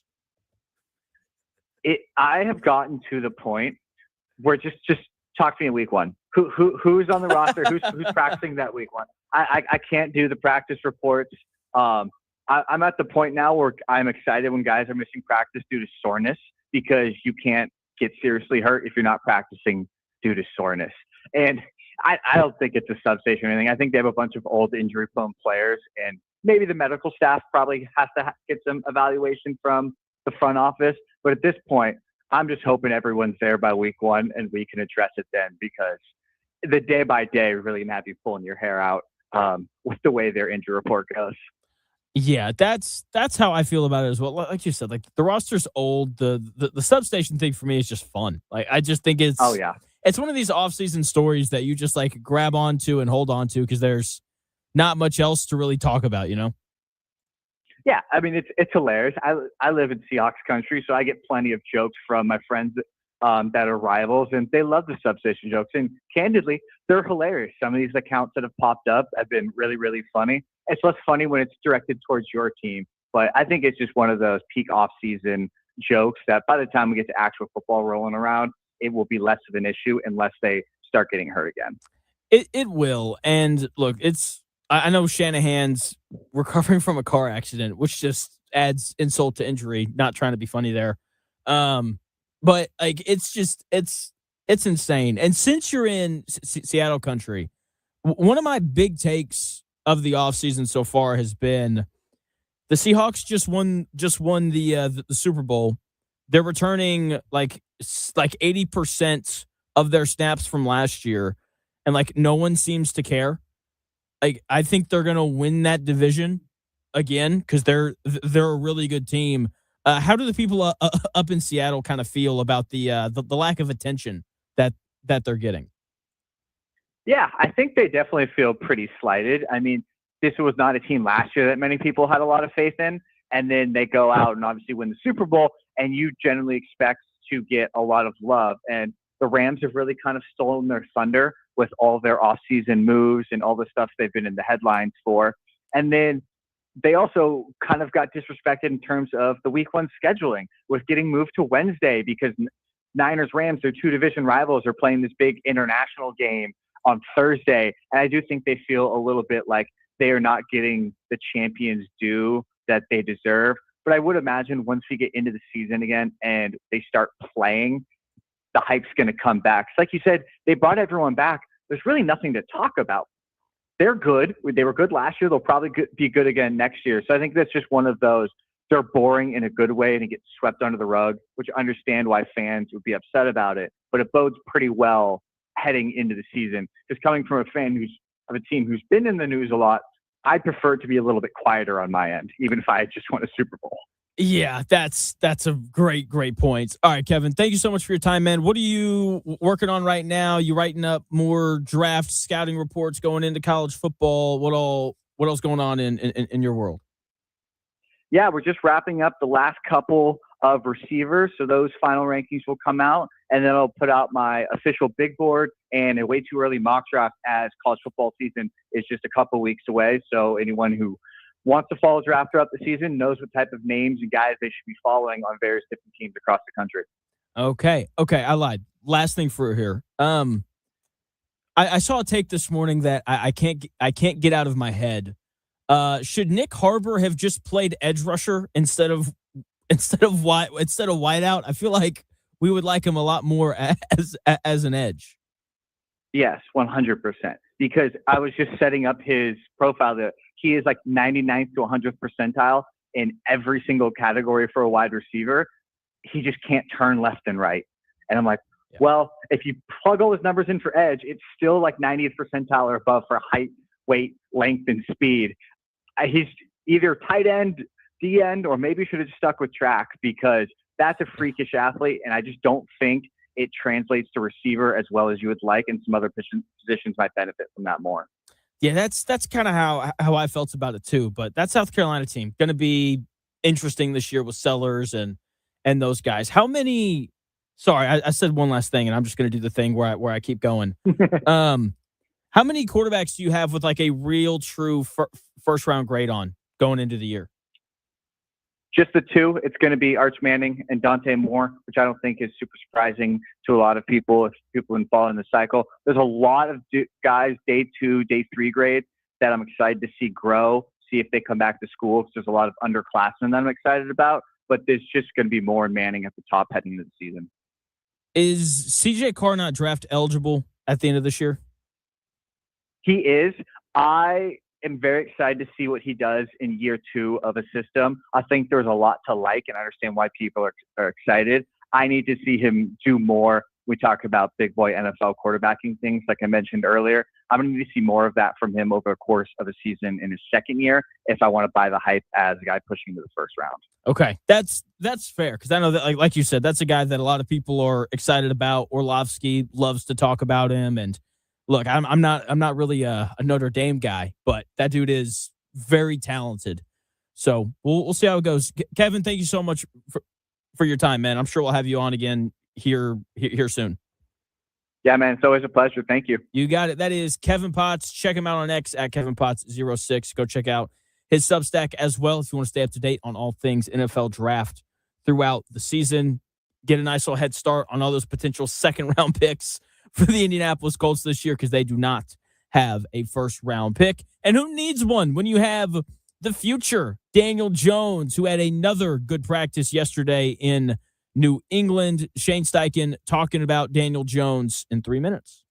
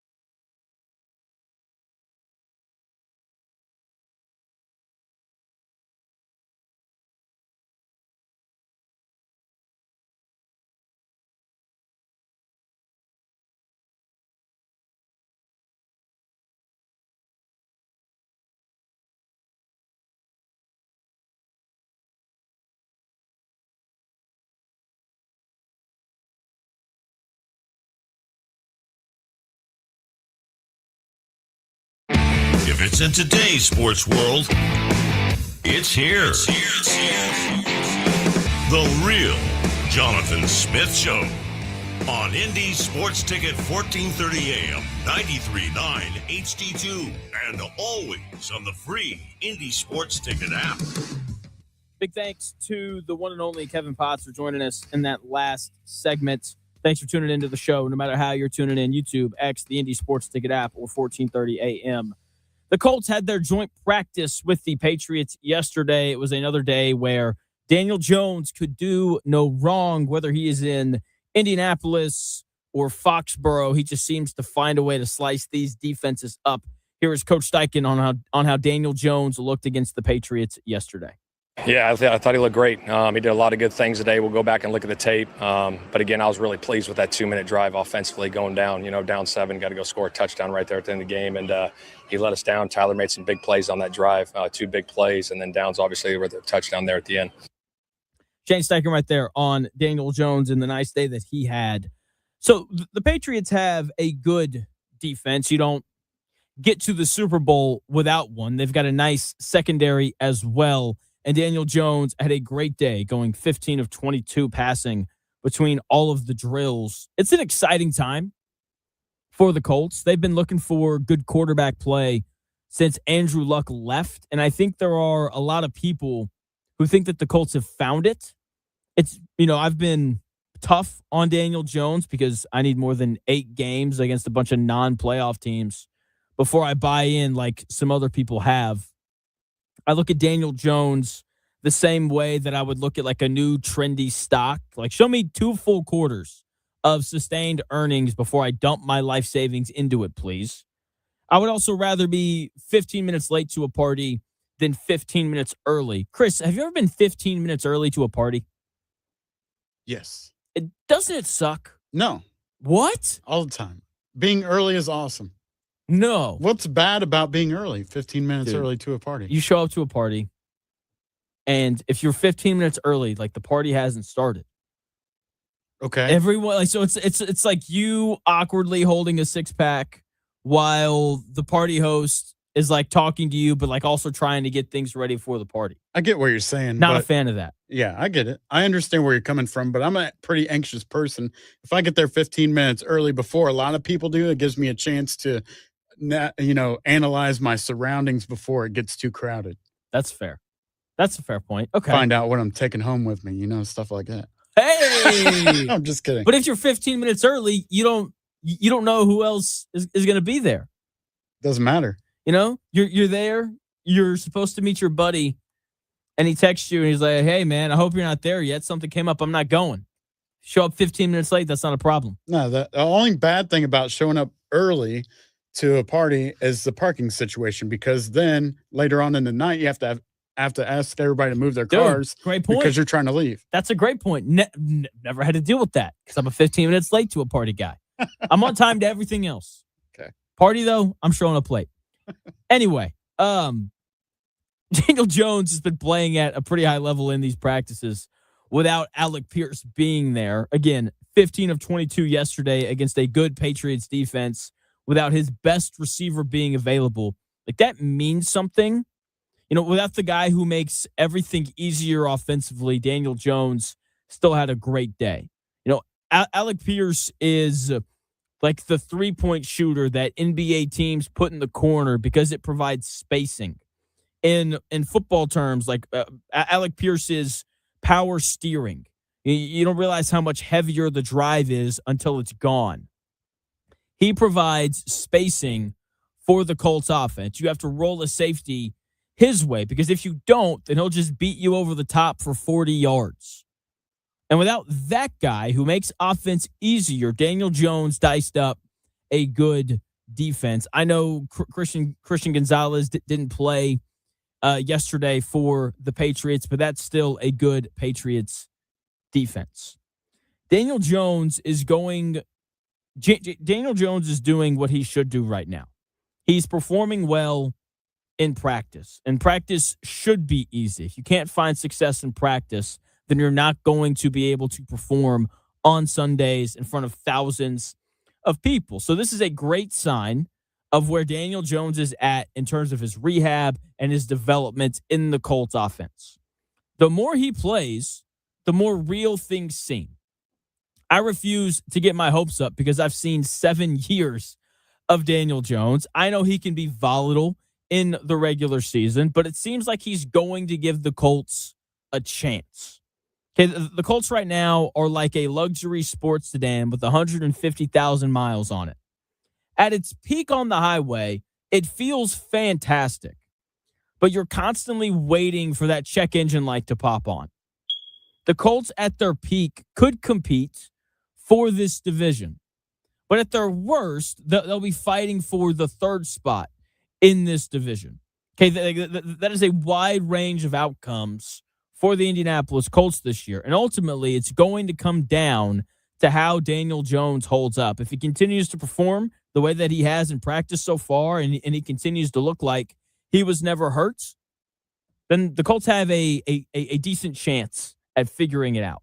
I personally think he would hold up better if they went out and they found a way to add Keenan Allen, because it's just nice having another reliable receiver who's taken on a heavy load before. No bell there? I said it and I was like, where's the ding? Yeah, I was reading the thing from our engineer stuff. Yeah, all good. All good. Sometimes heavy loads catch people off guard. There you go. Is that better? Oh man. That's what she said. But yeah. Oh man. All right. I'm done with that. She said that too. Yes, she did. Booty cheeks. There you go. That was special guest Dan right there. No, There that you was go. perfect. That was perfect. That's a record. That's 4 times in a minute. Oh, whoa. Make it 5. You're on a roll. You're on the roll, bro. Oh man. All right. There you go. Anyway, I think Daniel Jones would hold up a little bit better if they went and got Keenan Allen, but the NFL is a league filled with one-score games. Okay, the NFL is a lot like upscale real estate. Everyone's bidding within 5% of each other, and it ultimately comes down to who can close the deal in the final minute. It's why people will watch the Dolphins when they suck this year. They're going to be in the majority of the games that they play in, because that is how most of these NFL games work. Okay, they're all close. It's why it's the most popular league in America. Quarterbacks often decide those close games, and that is why quarterbacks are so valuable. Can Daniel Jones be a guy for the Colts who can win them games? Okay, that's the way that he has performed in training camp. So, that is certainly on the table. He just has to stay healthy. That's something that he struggled with throughout his career, and he has to stay consistent. In the 12 games that he started and finished last year, he struggled in 4 of them. Okay, completed 51% of his passes against Houston the final time around, threw for 181 yards and managed to score 6 points in a blown lead loss to the Kansas City Chiefs. 3 interceptions against Pittsburgh, and then in the game against the Falcons, he posted a QBR of 28. That's not great. And also, that's a third of the games that the Colts played that he played in last year. That's too inconsistent if you want to be a playoff team. If you go to a high-end steakhouse 12 times a year and 4 times they mess up in some way, they get your order wrong, you order your steak medium rare and it comes out well done, it takes too long for you to be seated, whatever it is, you're not calling it a great restaurant if a third of the time you have a terrible experience. Now, to Daniel Jones's credit, he's been incredibly consistent during training camp, and I hope it carries over into the regular season, because he has to be steady for the Colts to have a chance at the playoffs this year. And I think that the Colts are going to look a lot like Seattle did last year to a lesser extent, where the Seahawks had everything in place to help elevate Sam Darnold, and then occasionally they would ask him to do something to elevate everybody else. Between Jonathan Taylor and this offensive line and Tyler Warren and Alec Pierce and this defense, I think that there's enough in place to make life easier on Daniel Jones. The question is just going to be, can he be consistent when he has to elevate everybody else? Like that week 1 game against Baltimore, where they're going to play a defense that might have the best pass rush and secondary combination in the NFL. Can he lift everybody up on 3rd and 11 when it's really needed? That is the question for them. And if he can do that, then the Colts are going to have a chance to make the playoffs. If not, they'll probably go 8-9, and we'll be looking for a new general manager in Indianapolis. Coming up, 2:00, Shane Steichen. I've got audio of him talking about the plan for the non-Daniel Jones starters tomorrow night in their first preseason game. We'll play that audio for you at 2 o'clock. But first, Chris has your sports update. Hey, thanks, Jonathan. Here's what's trending this hour. More of the upcoming Pacers season schedule getting released today. The NBA Cup matches that include the Pacers at the Heat. That's October 30th, hosting the Knicks on the 13th of November. The Cavs in Cleveland on November 20th. And we're hosting LeBron and the Sixers on November 27th. I think that's Thanksgiving week, so there you go. The Indiana Fever scored 35 points in the second quarter last night and ended up knocking off the New York Liberty 106-92 at Cambridge Fieldhouse. Kelsey Mitchell extended her all-time WNBA record to 17 consecutive games, scoring 20 or more points with a game-high 28. Caitlin Clark had 22 points and 10 assists. They'll host the Dallas Wings on Friday at 7:30. Tomorrow night, we'll finally get some Colts football with a game against the Patriots for preseason game 1, and you can find that on Fox 59. That'll kick off at 7:30. Anthony Richardson going to be the starter, and Riley Leonard will play in the second half. We'll see what happens there. That's what's trending this hour. More of the Real Jonathan Smith Show in 4 minutes on Indy Sports Ticket, 1430.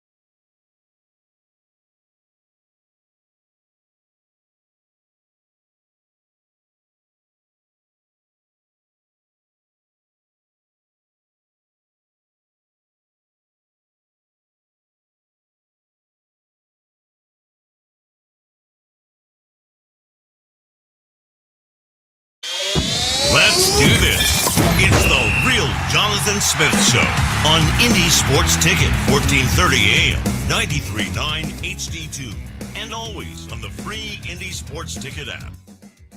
Hour number 3 of the Real Jonathan Smith Show getting underway. There is a flash flood warning, so if you're driving, be safe, be careful. If you're about to get in your car, be safe and be careful. It's a little wet out there. Nice. You a big slip and slide guy? Used to love to slip and slide Big. as long as it was appropriately moistened, because I would get, you know what I'm talking about? Those burns all over your arms because there's not enough water on there. Oh yeah. Water and soap, man. That's all you need. Yeah, now you tell me. We used to destroy my backyard growing up because we never had a pool or anything, but my parents would buy like the cheap Walmart slip and slide things, and then we would take a huge tarp and put it down behind it, and we'd slide from one to the other. It was awesome. Yeah. Did you remember to remove all the rocks and sticks from underneath there before you started run down there? Absolutely. Yeah. Not in my neighborhood. Okay. All right. Fair enough. Welcome into the Real Jonathan Smith Show. Thanks for tuning in, no matter how you're tuning in. YouTube, Indy Sports Ticket, if you want to head over there and subscribe. You can also watch the show on X, __ Jonathan Smith, to follow me there and watch the show there. You can also listen on the Indy Sports Ticket app or 1430 AM. Timothy Bowman chiming in on X saying, if Jones had a major setback and couldn't go this season, who would give you the most wins? Riley Leonard, Anthony Richardson, or Fitzpatrick? I'm assuming he means Ryan Fitzpatrick on a 1-year deal. Yeah, much retired Ryan Fitzpatrick. No Fitzmagic here. Yeah, not Fitzpatrick. Would I feel pretty good about that. I don't know. I think you're screwed one way or the other. Probably Richardson, just because of the run game that he would provide you. We also haven't seen what Riley Leonard looks like quite yet in year 2, so I'm going to hold judgment on that until we see these guys play in the preseason. Speaking of the preseason, we know that Anthony Richardson is going to start tomorrow night, followed by Riley Leonard in the second half. That will flip in their next preseason game when they play the Falcons. Here is Coach Steichen on the plan with the rest of the starters. There's going to be a slew of them that aren't playing. There'll be a couple of guys that might get a few series here and there, but for the most part, the starters won't play. Shane Steichen right there. So preseason quarterback rotations are like test driving a car on a used lot. You don't really care about the smooth stretch of highway. You just want to see if the engine turns over without making like a weird rattling noise. And hopefully, Anthony Richardson and Riley Leonard and the reps that they show, that hopefully they look good. Hopefully it looks easy for them. I doubt that that's going to be the case, but that's what we hope happens. For everybody else, as Coach Steichen said in that clip, there is a slew of starters that are not going to play. I would assume that the entire offensive line is going to sit. If any of them doesn't, it'll probably be Jalen Travis, the new starting right tackle. They might want to give him a few extra live reps at right tackle. But outside of that, they should all sit. Like putting your prized starting offensive line out there in week 1 of the preseason is like taking a brand new Rolex to a public pool. It is an unnecessary risk, and you are just begging for your Rolex to get broken or for someone to steal it. It's just not a wise decision. Okay, so I don't think we're going to see much. I don't think we're going to see any of the offensive line. That goes for Jonathan Taylor as well. I am assuming that we're going to see Ashton Doolin and Nick Westbrook-Akina. I'm assuming that we're going to see them play a little bit as they continue to battle for that third wide receiver spot.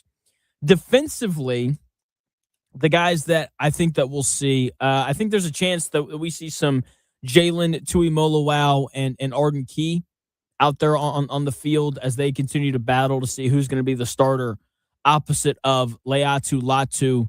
We're not going to see any of Buckner. We're not going to see any of Grover Stewart older guys. We know who they are. We know what they do. We don't need to see them at all. Javarius Ward and Sauce Gardner shouldn't play at all either. Sitting proven elite veterans in August is like keeping your best bottle of wine sealed for Thanksgiving.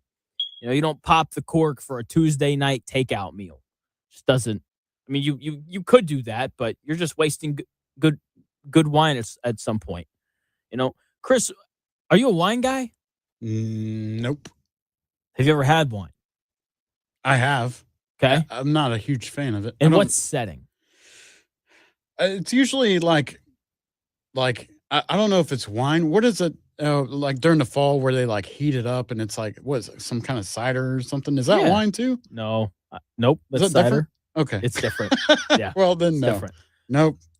You never had any wine? No, not by choice, or I don't seek it out. Okay. I'm not a big drinker, but Yeah. my friend's mom back in high school used to drink like boxed wine, and there was always a box of wine in the fridge. And like, I think I maybe took a sip of that once. Okay. Because I was going to ask, have you ever had wine with like a meal that doesn't fit? Like I'm imagining like someone drinking wine while eating McDonald's. I think that'd be really funny. Interesting. So you're a wine drinker then? No, I am not. I'm I stick to the B's, beer and bourbon. That's what I like. Interesting. That's what I like. Very good. So anyway, like I was saying, okay, you're not going to see a lot of these veterans playing in these preseason games. I wouldn't be surprised though if we saw Justin Wally play for a few series, just because he didn't make it to the preseason last year. Okay, he didn't play in the preseason, didn't play in the regular season because he tore his ACL before he ever really had the opportunity to. And so because he hasn't played football in a year, it'd probably be nice just to get him on the field under the lights for a few series before the season starts, just so he can get his legs underneath him. Okay, we should see the rookies as well. I want to see C.J. Allen and A.J. Hulsey. They need to get their legs underneath them before the season starts as well. But when we see them, this includes Justin Wally too. When we see them, they need to look dominant. They need to look like the best players on the field. That is how your starters should look when they're playing against other teams' twos and backups.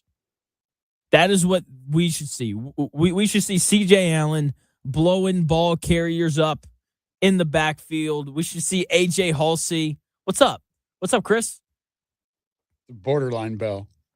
What was blowing ball carriers up? I'll give it to you. I don't know if that's a bell. That's close. I said borderline. I thought it was funny. Do your job. I'm trying. I'm doing my best over here. For A.J. Hulsey, I want to see him be a ball hawk. I want to see him, get out there and start plucking balls out of the air. Oh man. So that's what I want to see from those guys. They need to look dominant. They need to look like they're the best players on the field. I mean, you use top 100 picks on those guys. These are guys who should be able to come in and play for you immediately. Okay, so outside of those younger players, it should be predominantly backups, and that is the beauty of the preseason. All of these guys that are playing, they're going to be playing as hard as they can because they want to make the roster. This is the only run a lot of these guys are going to get for the entire year, which is what makes the preseason watchable. Evaluating bubble players in August is like, it's like Shark Tank. 90% of the people who go on that show and pitch a company, they don't make the cut. But if you're watching closely, then you occasionally see this one rare high upside trait worth investing in. Okay, every guy that plays for the Colts tomorrow night is going to be trying to prove something to this coaching staff and front office. I can't wait to see how it goes. We're going to get an idea of how much depth the Colts have during this preseason, which is important. Roster depth in the NFL is like a home insurance policy. It feels like a boring waste of money right up until a storm hits your roof in October. And then it's the only thing that saves your entire season. Okay, the teams with the most depth should have the most success in the preseason. Depth is incredibly important because players are going to get hurt. And hopefully we can get an idea of where the Colts feel good about their depth compared to where they may need some help, like wide receiver. Please go sign Keenan Allen. So I don't read or listen to a lot of opinions on the Colts from national people because I know they don't know this team as well as I do. It's impossible for them to know more about this Colts team than I do. They don't put the time in. They're not, talking about the fourth tight end on the roster like we do occasionally. Okay. And so that applies to all things.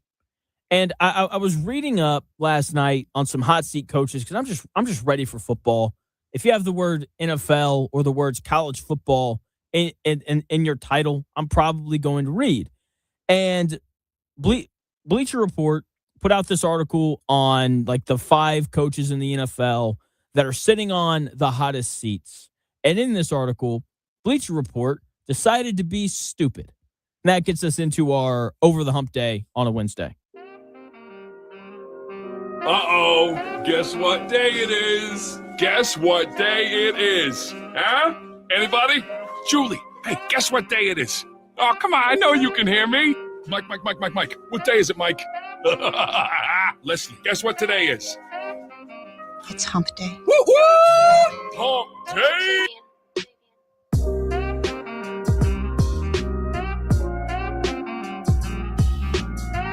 As a coach, I gotta get us over that hump. I gotta get them comfortable, knowing that you're gonna be in close games and you gotta make plays coming down the home stretch. I mean, in the tournament, we were right there. I just didn't get them over the hump, man. And that's something that I live with every day of my life. Because I truly believe that was the team to really make some noise and get to the finals, and I just couldn't get them over the hump. Shout out Mike Woodson and his never-ending struggle to get over the hump. So Bleacher Report decided to be stupid. They ranked Shane Steichen as the head coach with the hottest seat in the NFL. That's just pure insanity. Looking at the Colts right now is like looking at a broken down Porsche and blaming the driver when the mechanic's the one who forgot to put oil in the engine.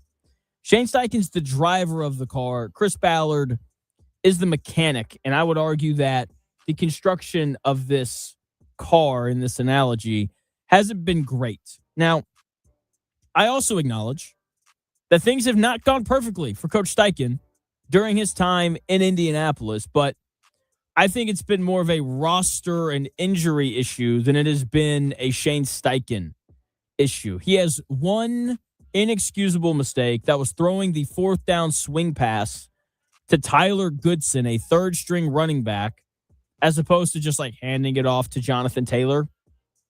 That's the only playoff costly mistake that he's made.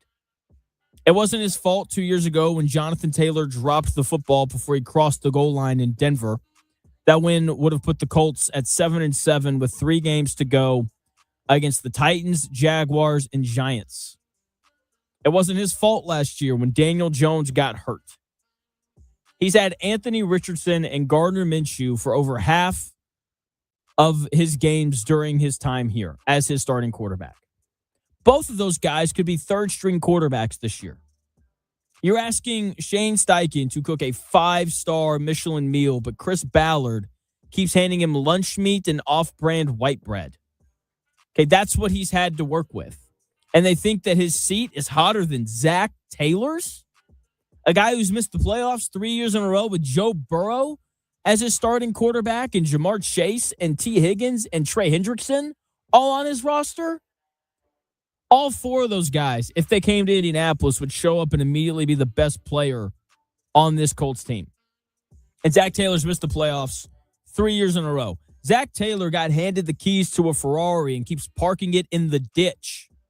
But we're panicking over the guy driving a Honda Civic with 2 flat tires.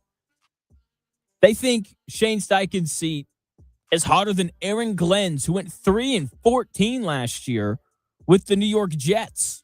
The guy that ever so smartly decided that Justin Fields was going to be their starting quarterback. That Jets team is so desperate that they hired Frank Reich to be their offensive coordinator. I don't think that's going to fix their problems. We saw Frank Reich here in Indy. Not great. Todd Bowles is 35-33 in his last 4 years in Tampa Bay. He's going into a season with an upset Baker Mayfield, and there's a chance his best defensive lineman, Vita Vea, is traded before the season starts. All those other guys are on hotter seats than Shane Steichen. I am not denying that Shane Steichen absolutely has to win this year, but I wouldn't be shocked in the slightest if the Colts fired Chris Ballard and kept Shane Steichen. He's a smart guy who's held up his end of the bargain the majority of the time that he's been here. It's tough to win when your general manager can't get you a quality starting quarterback. It's like a real estate developer building a penthouse with no foundation. At some point, you stop blaming the interior designer and look at the contractor. If Shane Steichen got fired, he would get rehired in the same coaching cycle. He's that good of a coach. He's prime rib. The second it hits the open market, 5 different teams are going to be lining up to hire him. And I think that the Irsay daughters know that, and I don't think that they're going to let him go anywhere. And now this is the over the hump day theme, and it is because I think Shane Steichen is going to get over the ultimate hump at some point in his career. He's going to win the Super Bowl as a head coach somewhere at some point. I hope it's with the Colts, but eventually he's going to be the head coach of a team with a competent quarterback, and he's going to get it done. He's an excellent play caller, and the Colts rarely beat themselves. They don't commit an overwhelming amount of penalties. They don't turn the football over. They're a disciplined team. It's why they're in every game that they play. But then this roster that Shane Steichen did not put together simply isn't good enough to beat whoever is across from them. They're well coached. Shane Steichen just needs the right quarterback. Maybe Daniel Jones is going to be that guy. He might be, after what we saw Shane Steichen turn him into last year, despite 6 abysmal years in New York. Abysmal is probably a bit rough, but it wasn't good. If it was, he wouldn't be a Colt. He'd still be a Giant. So Shane Steichen, hottest seat in the NFL. Absolutely absurd. It would take a collapse of epic proportions in order for that to happen. Chris would have to be right. The Colts would have to go 5-12 for them to fire Steichen, and I don't think that that's going to happen. 8-9, 9-8. Blame it on the roster and bring him back. That's what I'm thinking. Oh man. So Anthony Richardson is going to be traded here at some point this season, and JJ McCarthy is likely going to as well. And I was thinking about this last night because Chris asked a great question. If like, why don't the Colts and Vikings just swap McCarthy for Richardson? And I was thinking, who would be the better reclamation project, McCarthy or Richardson? I'll answer that question in 3 minutes.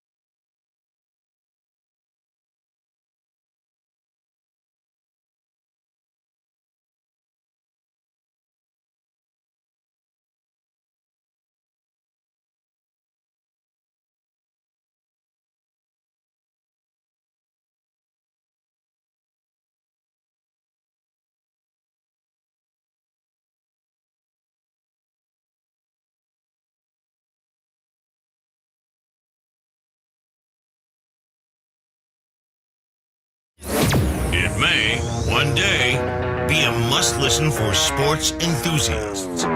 Yeah, and monkeys might fly out of my butt. Uh-oh.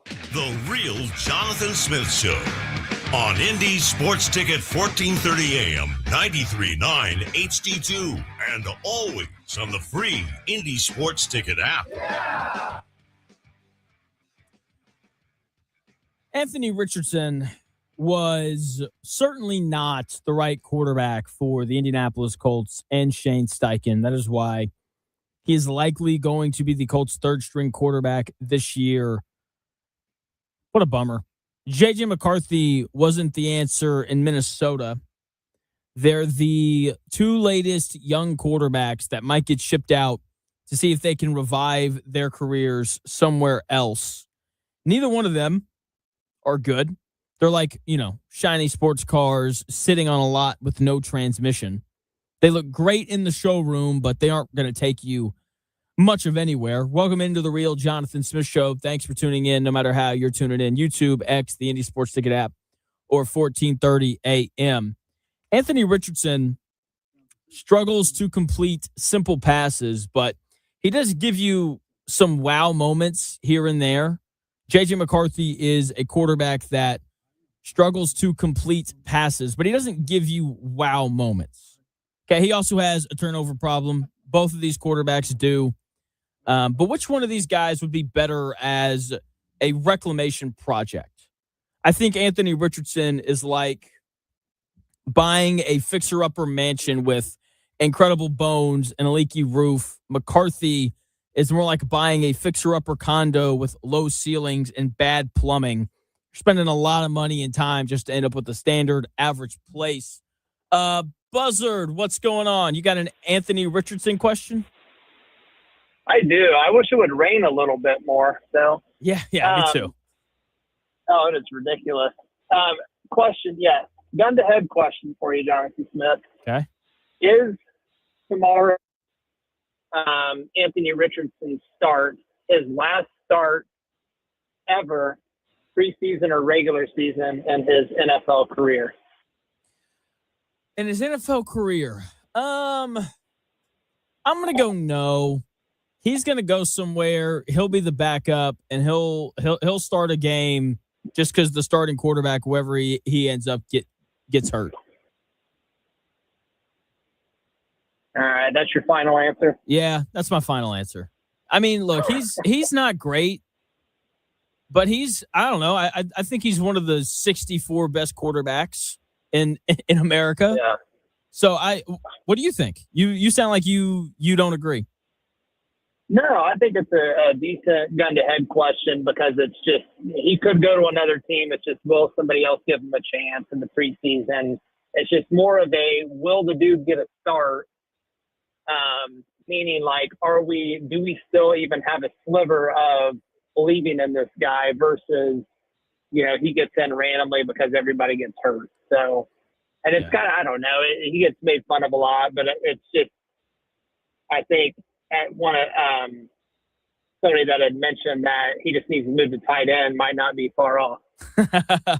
Yeah, that's a good point. But it's, I don't know, like when you're, look, like you said, Anthony Richardson gets made fun of a lot, but there's just like coaches just fall in love with coaches and GMs just fall in love with guys that are uber talented.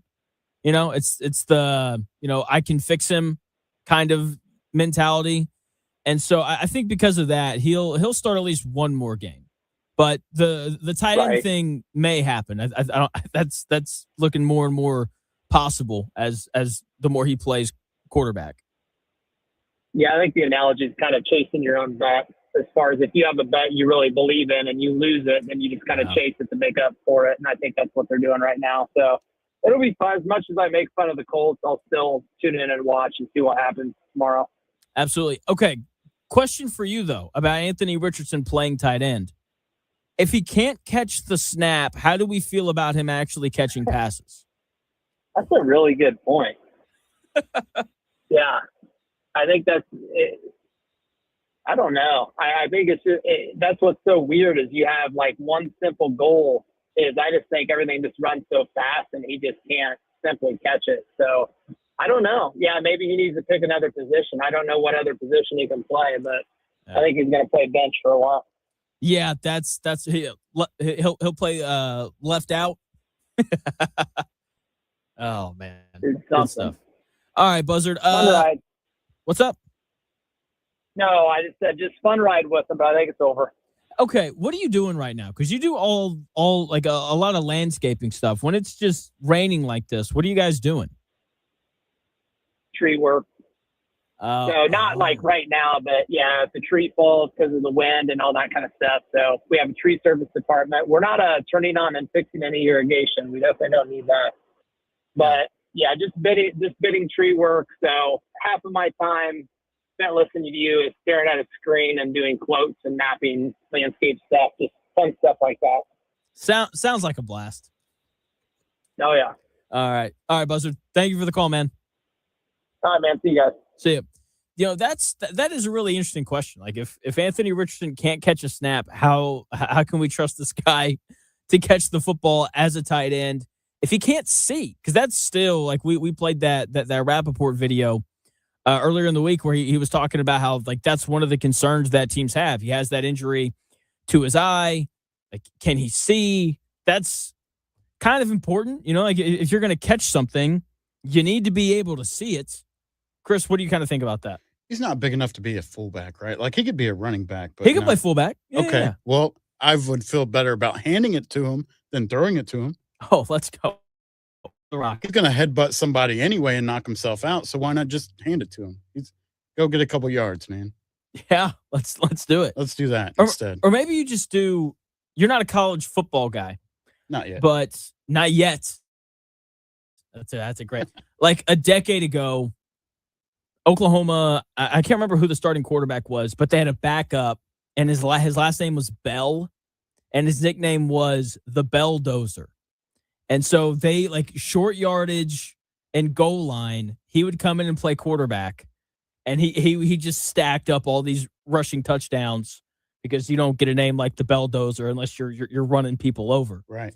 So maybe that's his career. Yeah. But then he has to catch the snap, and we don't know if he can do that. Right. Yeah. I mean, and awkward formations, you wouldn't have to worry about him catching a snap if he's, in the backfield. So you don't have to have good eyesight to go up a couple yards. Give him the fullback job. Yeah, it's like, hey man, you're gonna get the football. Don't worry about looking for a hole. Just go straight. Just go straight. Just go straight. So you can't no more. Maybe he's just the ultimate tush push quarterback. Right. Right. I'm sure he squats an elephant. So, let's let him get in there behind Portolini and let's push that thing in. There you go. Yeah. I don't know. He's so athletic and so big that there's something that he can do on a football field to help a team win. Obviously, he wants that to be quarterback. Maybe it's not that though. Maybe it is tight end. Maybe it's fullback. Maybe he's the backup quarterback who runs it in when you need him to. Maybe he's the next Taysom Hill. Whatever it is, he's so athletic that you would think at some point would become a guy who can help you in some way, shape, or form. But right now, he's trying to play quarterback. And the problem with that, him and J.J. McCarthy, they both – what's up? Oh, you're laughing at ESPN because their feed sucks? All right. Both of these guys have a problem completing passes. And you have to like the athleticism of Anthony Richardson as we just highlighted, right? He can run the ball for you. Problem with that is he gets hurt. J.J. McCarthy isn't exactly the epitome of health himself either. He's only played 10 games in his career. And for both of these guys, despite being hurt for prolonged amounts of time, neither one of them came back from their injuries as guys who seemed to understand the offenses that they were in any better. It's like taking a semester abroad to study Spanish and then coming back and still needing Google Translate to order a coffee. Not great. Okay, they're both back. Whoa. Back. It's gone. They're both backward hack guys. Not a good sign there either. There's a lot of similarities between these two guys. Even going back to their college days, there were even some similarities. Florida didn't trust Anthony Richardson to throw the ball a ton, and he barely played in college, only attempted 393 passes in his career. J.J. McCarthy started 3 years at Michigan, only threw the ball 713 times. For comparison, Fernando Mendoza started 3 years of college and had over 1,000 attempts. So there's the famous game as well where J.J. McCarthy only threw the ball 8 times, and he didn't attempt a pass in the second half in a win over Penn State. They didn't want him throwing the ball at Michigan. That was pretty obvious. You know, it's like hiring a high-end chef and only letting him boil water. Is he really a high-end chef if you only let him boil water? Probably not. Then they both got to the NFL where quarterbacks are asked to throw the ball a lot because that's what quarterbacks in the NFL do. And neither one of them have found much of any success doing that, which isn't surprising at all. I ultimately think that Anthony Richardson is the better project just because you have to like his athletic ability. I make the jokes about him being able to dunk and all that kind of stuff, but having guys who can create at the quarterback spot when a play breaks down is a nice luxury to have in the NFL. And Anthony Richardson has the ability to do that. The rushing ability should also be something that makes him more of a threat in the red zone. So that makes him a more attractive prospect immediately. Because in today's NFL, a dual threat quarterback is like having a smartphone. Even if your app glitches, you still have plenty of other resources, the internet, the GPS to bail you out. Okay. Then you have these passing problems, right? And that's, why these two guys are going to be moved. And there's a lot to fix with both of these guys. And I would just prefer the guy who's given me some wow throws. J.J. McCarthy doesn't have any of that. He has bad throws that result in us saying, wow, what a catch by Justin Jefferson. But that's about it. And so it's a long road back for both McCarthy and Richardson. But I think I would rather have Richardson in a situation where neither feels right.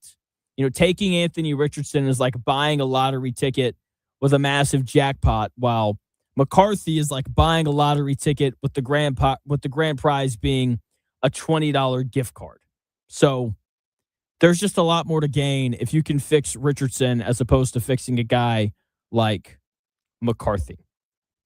Stephanie White went on quite the rant last night. Pretty incredible stuff. And in normal WNBA fashion, no one cares who won the game. They care about all of the other stuff. We'll play Stephanie White's rant when we come back in 3 minutes.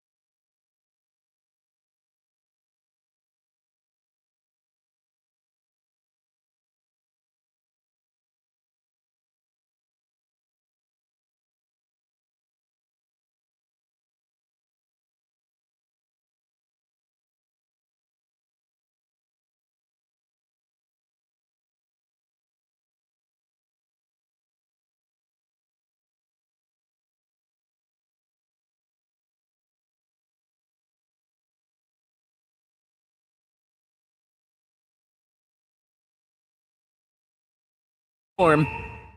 The best takes. Maybe. The Real Jonathan Smith Show on Indy Sports Ticket 1430 AM, 93.9 HD2, and always on the free Indy Sports Ticket app.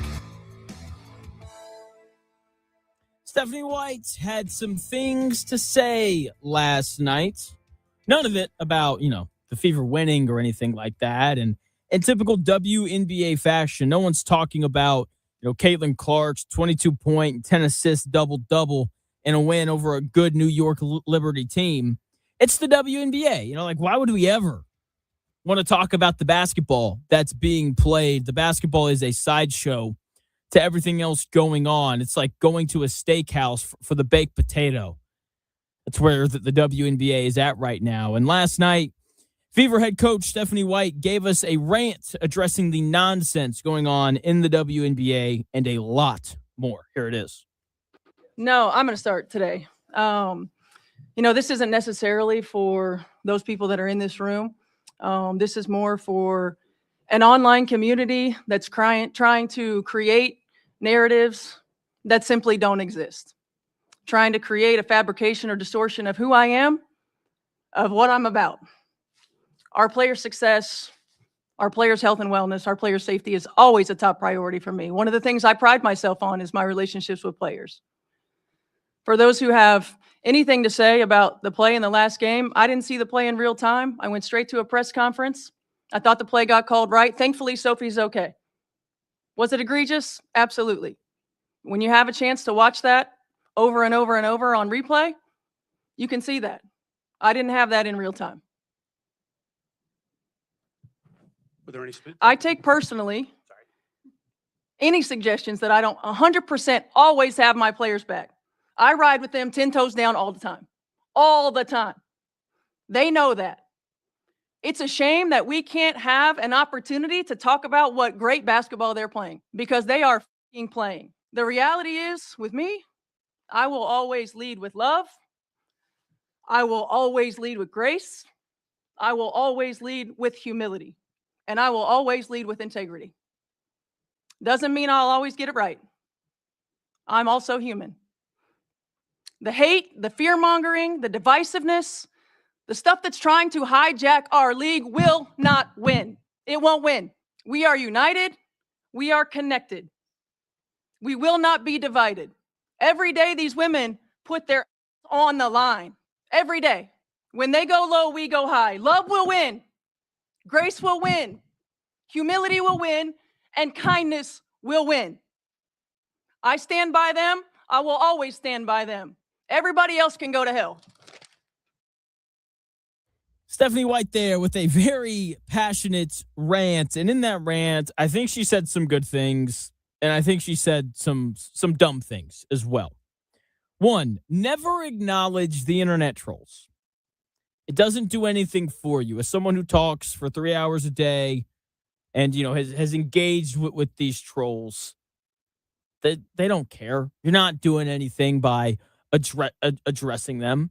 Like, there are real topics and then there are internet topics. And a lot of this stuff with the WNBA that Stephanie White is referencing is more of an internet topic. I hung out with a bunch of sports guys last night at my men's basketball league where we, picked up a nice little dub, 107-60, not bad. And you know what we didn't talk about at all? Any of the stuff going on with the WNBA. We talked about, the Colts and, Pacers schedule release and like a little bit of Caitlin Clark, but no one brought up Enes Kanter or Royce White or anything else like that.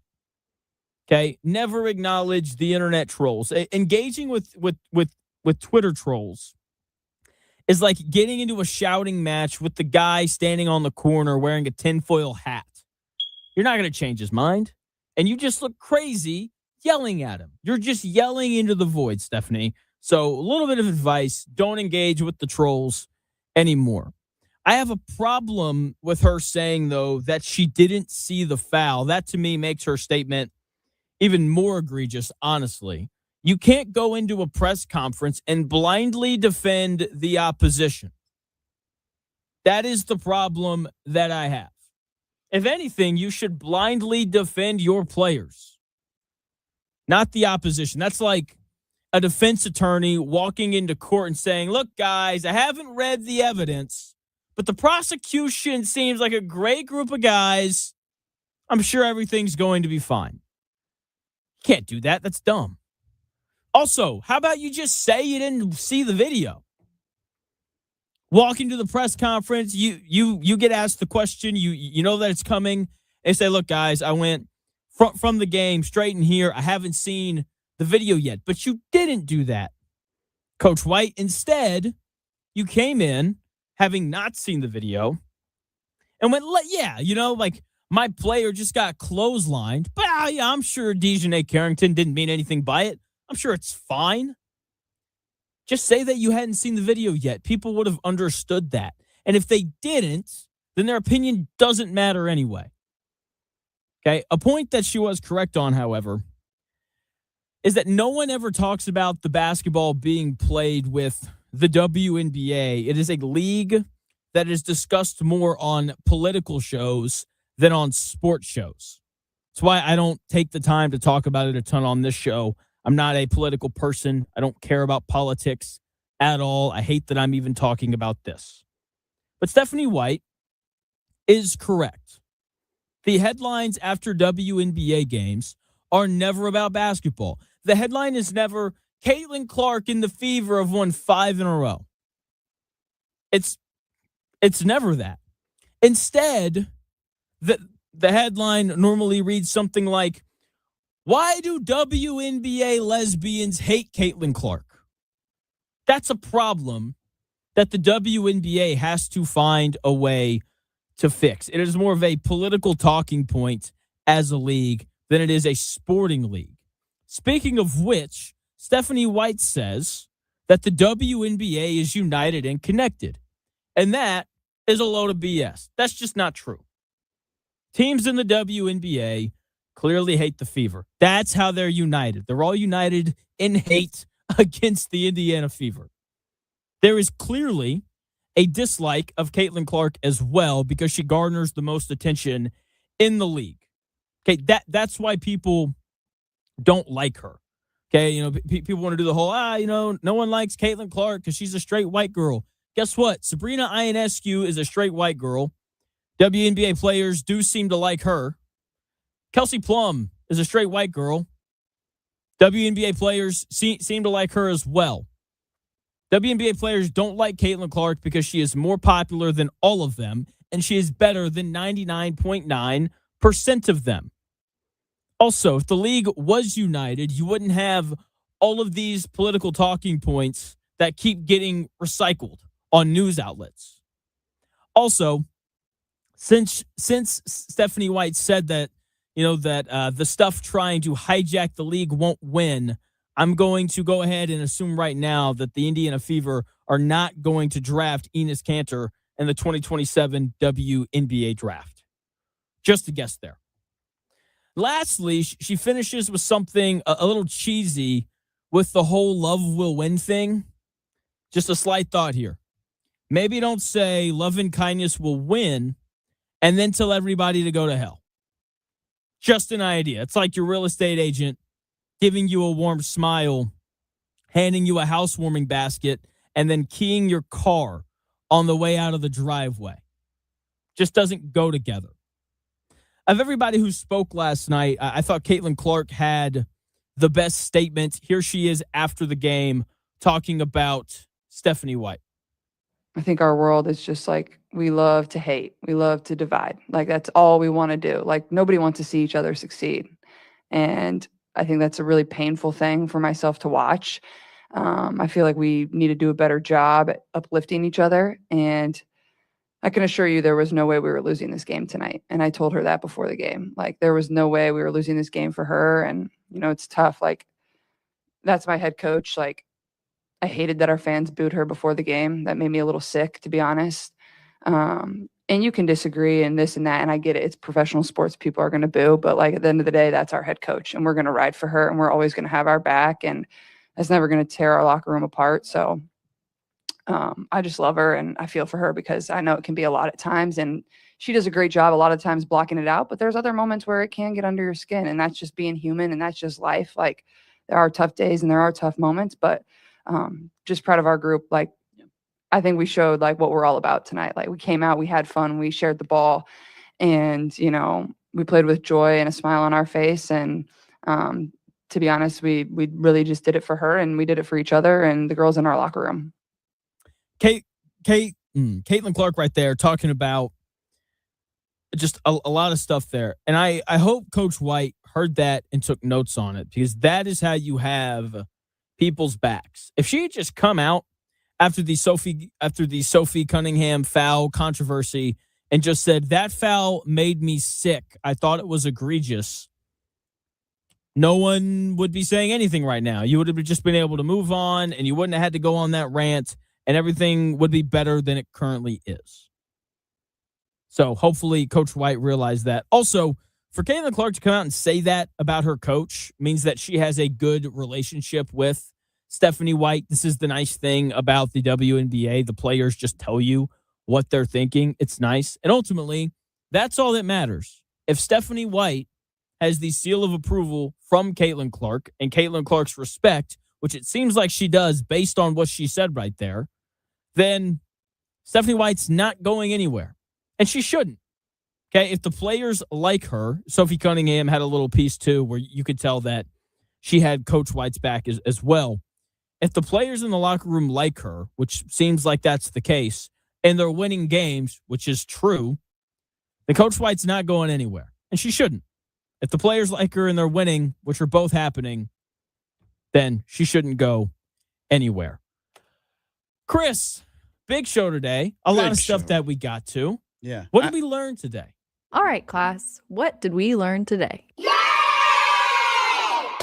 So I have a couple different titles for today's show. Which one do you like better? This has been the straight white girl edition, or why is it so wet edition of the Real Jonathan Smith Show?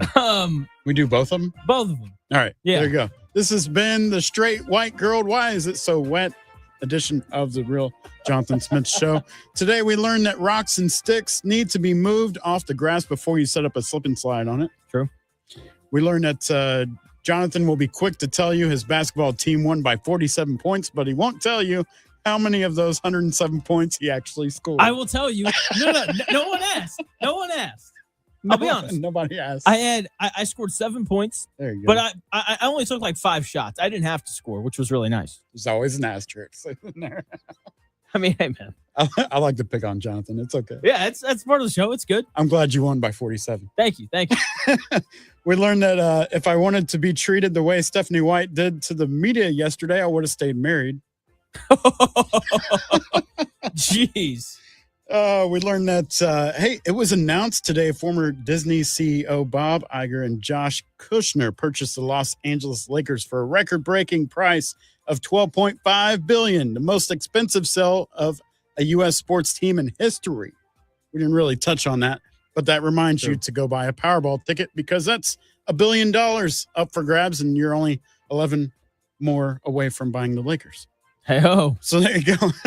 If I could afford to buy the Lakers, I would sign Anthony Richardson and trade Bronny James to, I didn't finish that idea. Maybe you could, but I would sign. Trade him to Philly. Send him back to his dad. Say, you're grounded. Go hang out with your dad. Go hang out with your dad. Go sit in the corner. We also learned that Jonathan will shame you for drinking wine while eating McDonald's on a Tuesday. That is weird. That's a weird thing to do. Don't judge me. Everybody has their own thing. You said don't judge me. Have you done that? No, I have not. Oh, okay. Then. I'm not judging you then. I'm judging the other people. Then, of course, we learned that internet trolls are not real people. Correct. And that the Fever will not be drafting Enes Kanter. It will not. And finally, we learned that AR struggles to catch a snap, so would likely also struggle to catch a pass at tight end. And that's what we learned on the Real Jonathan Smith Show today. We learned a lot. It was a great show. It was a great time. We'll have another great show tomorrow. We got 2 guests. Destin Adams will join us at 12:20 to talk about the Colts' first preseason game tomorrow night. Zach Peerlez will join us at 2 o'clock as well. Should be a lot of fun as we get ready for that Colts preseason game. It is nothing but Colts tomorrow, so make sure you're tuned in at noon. We will talk to you then.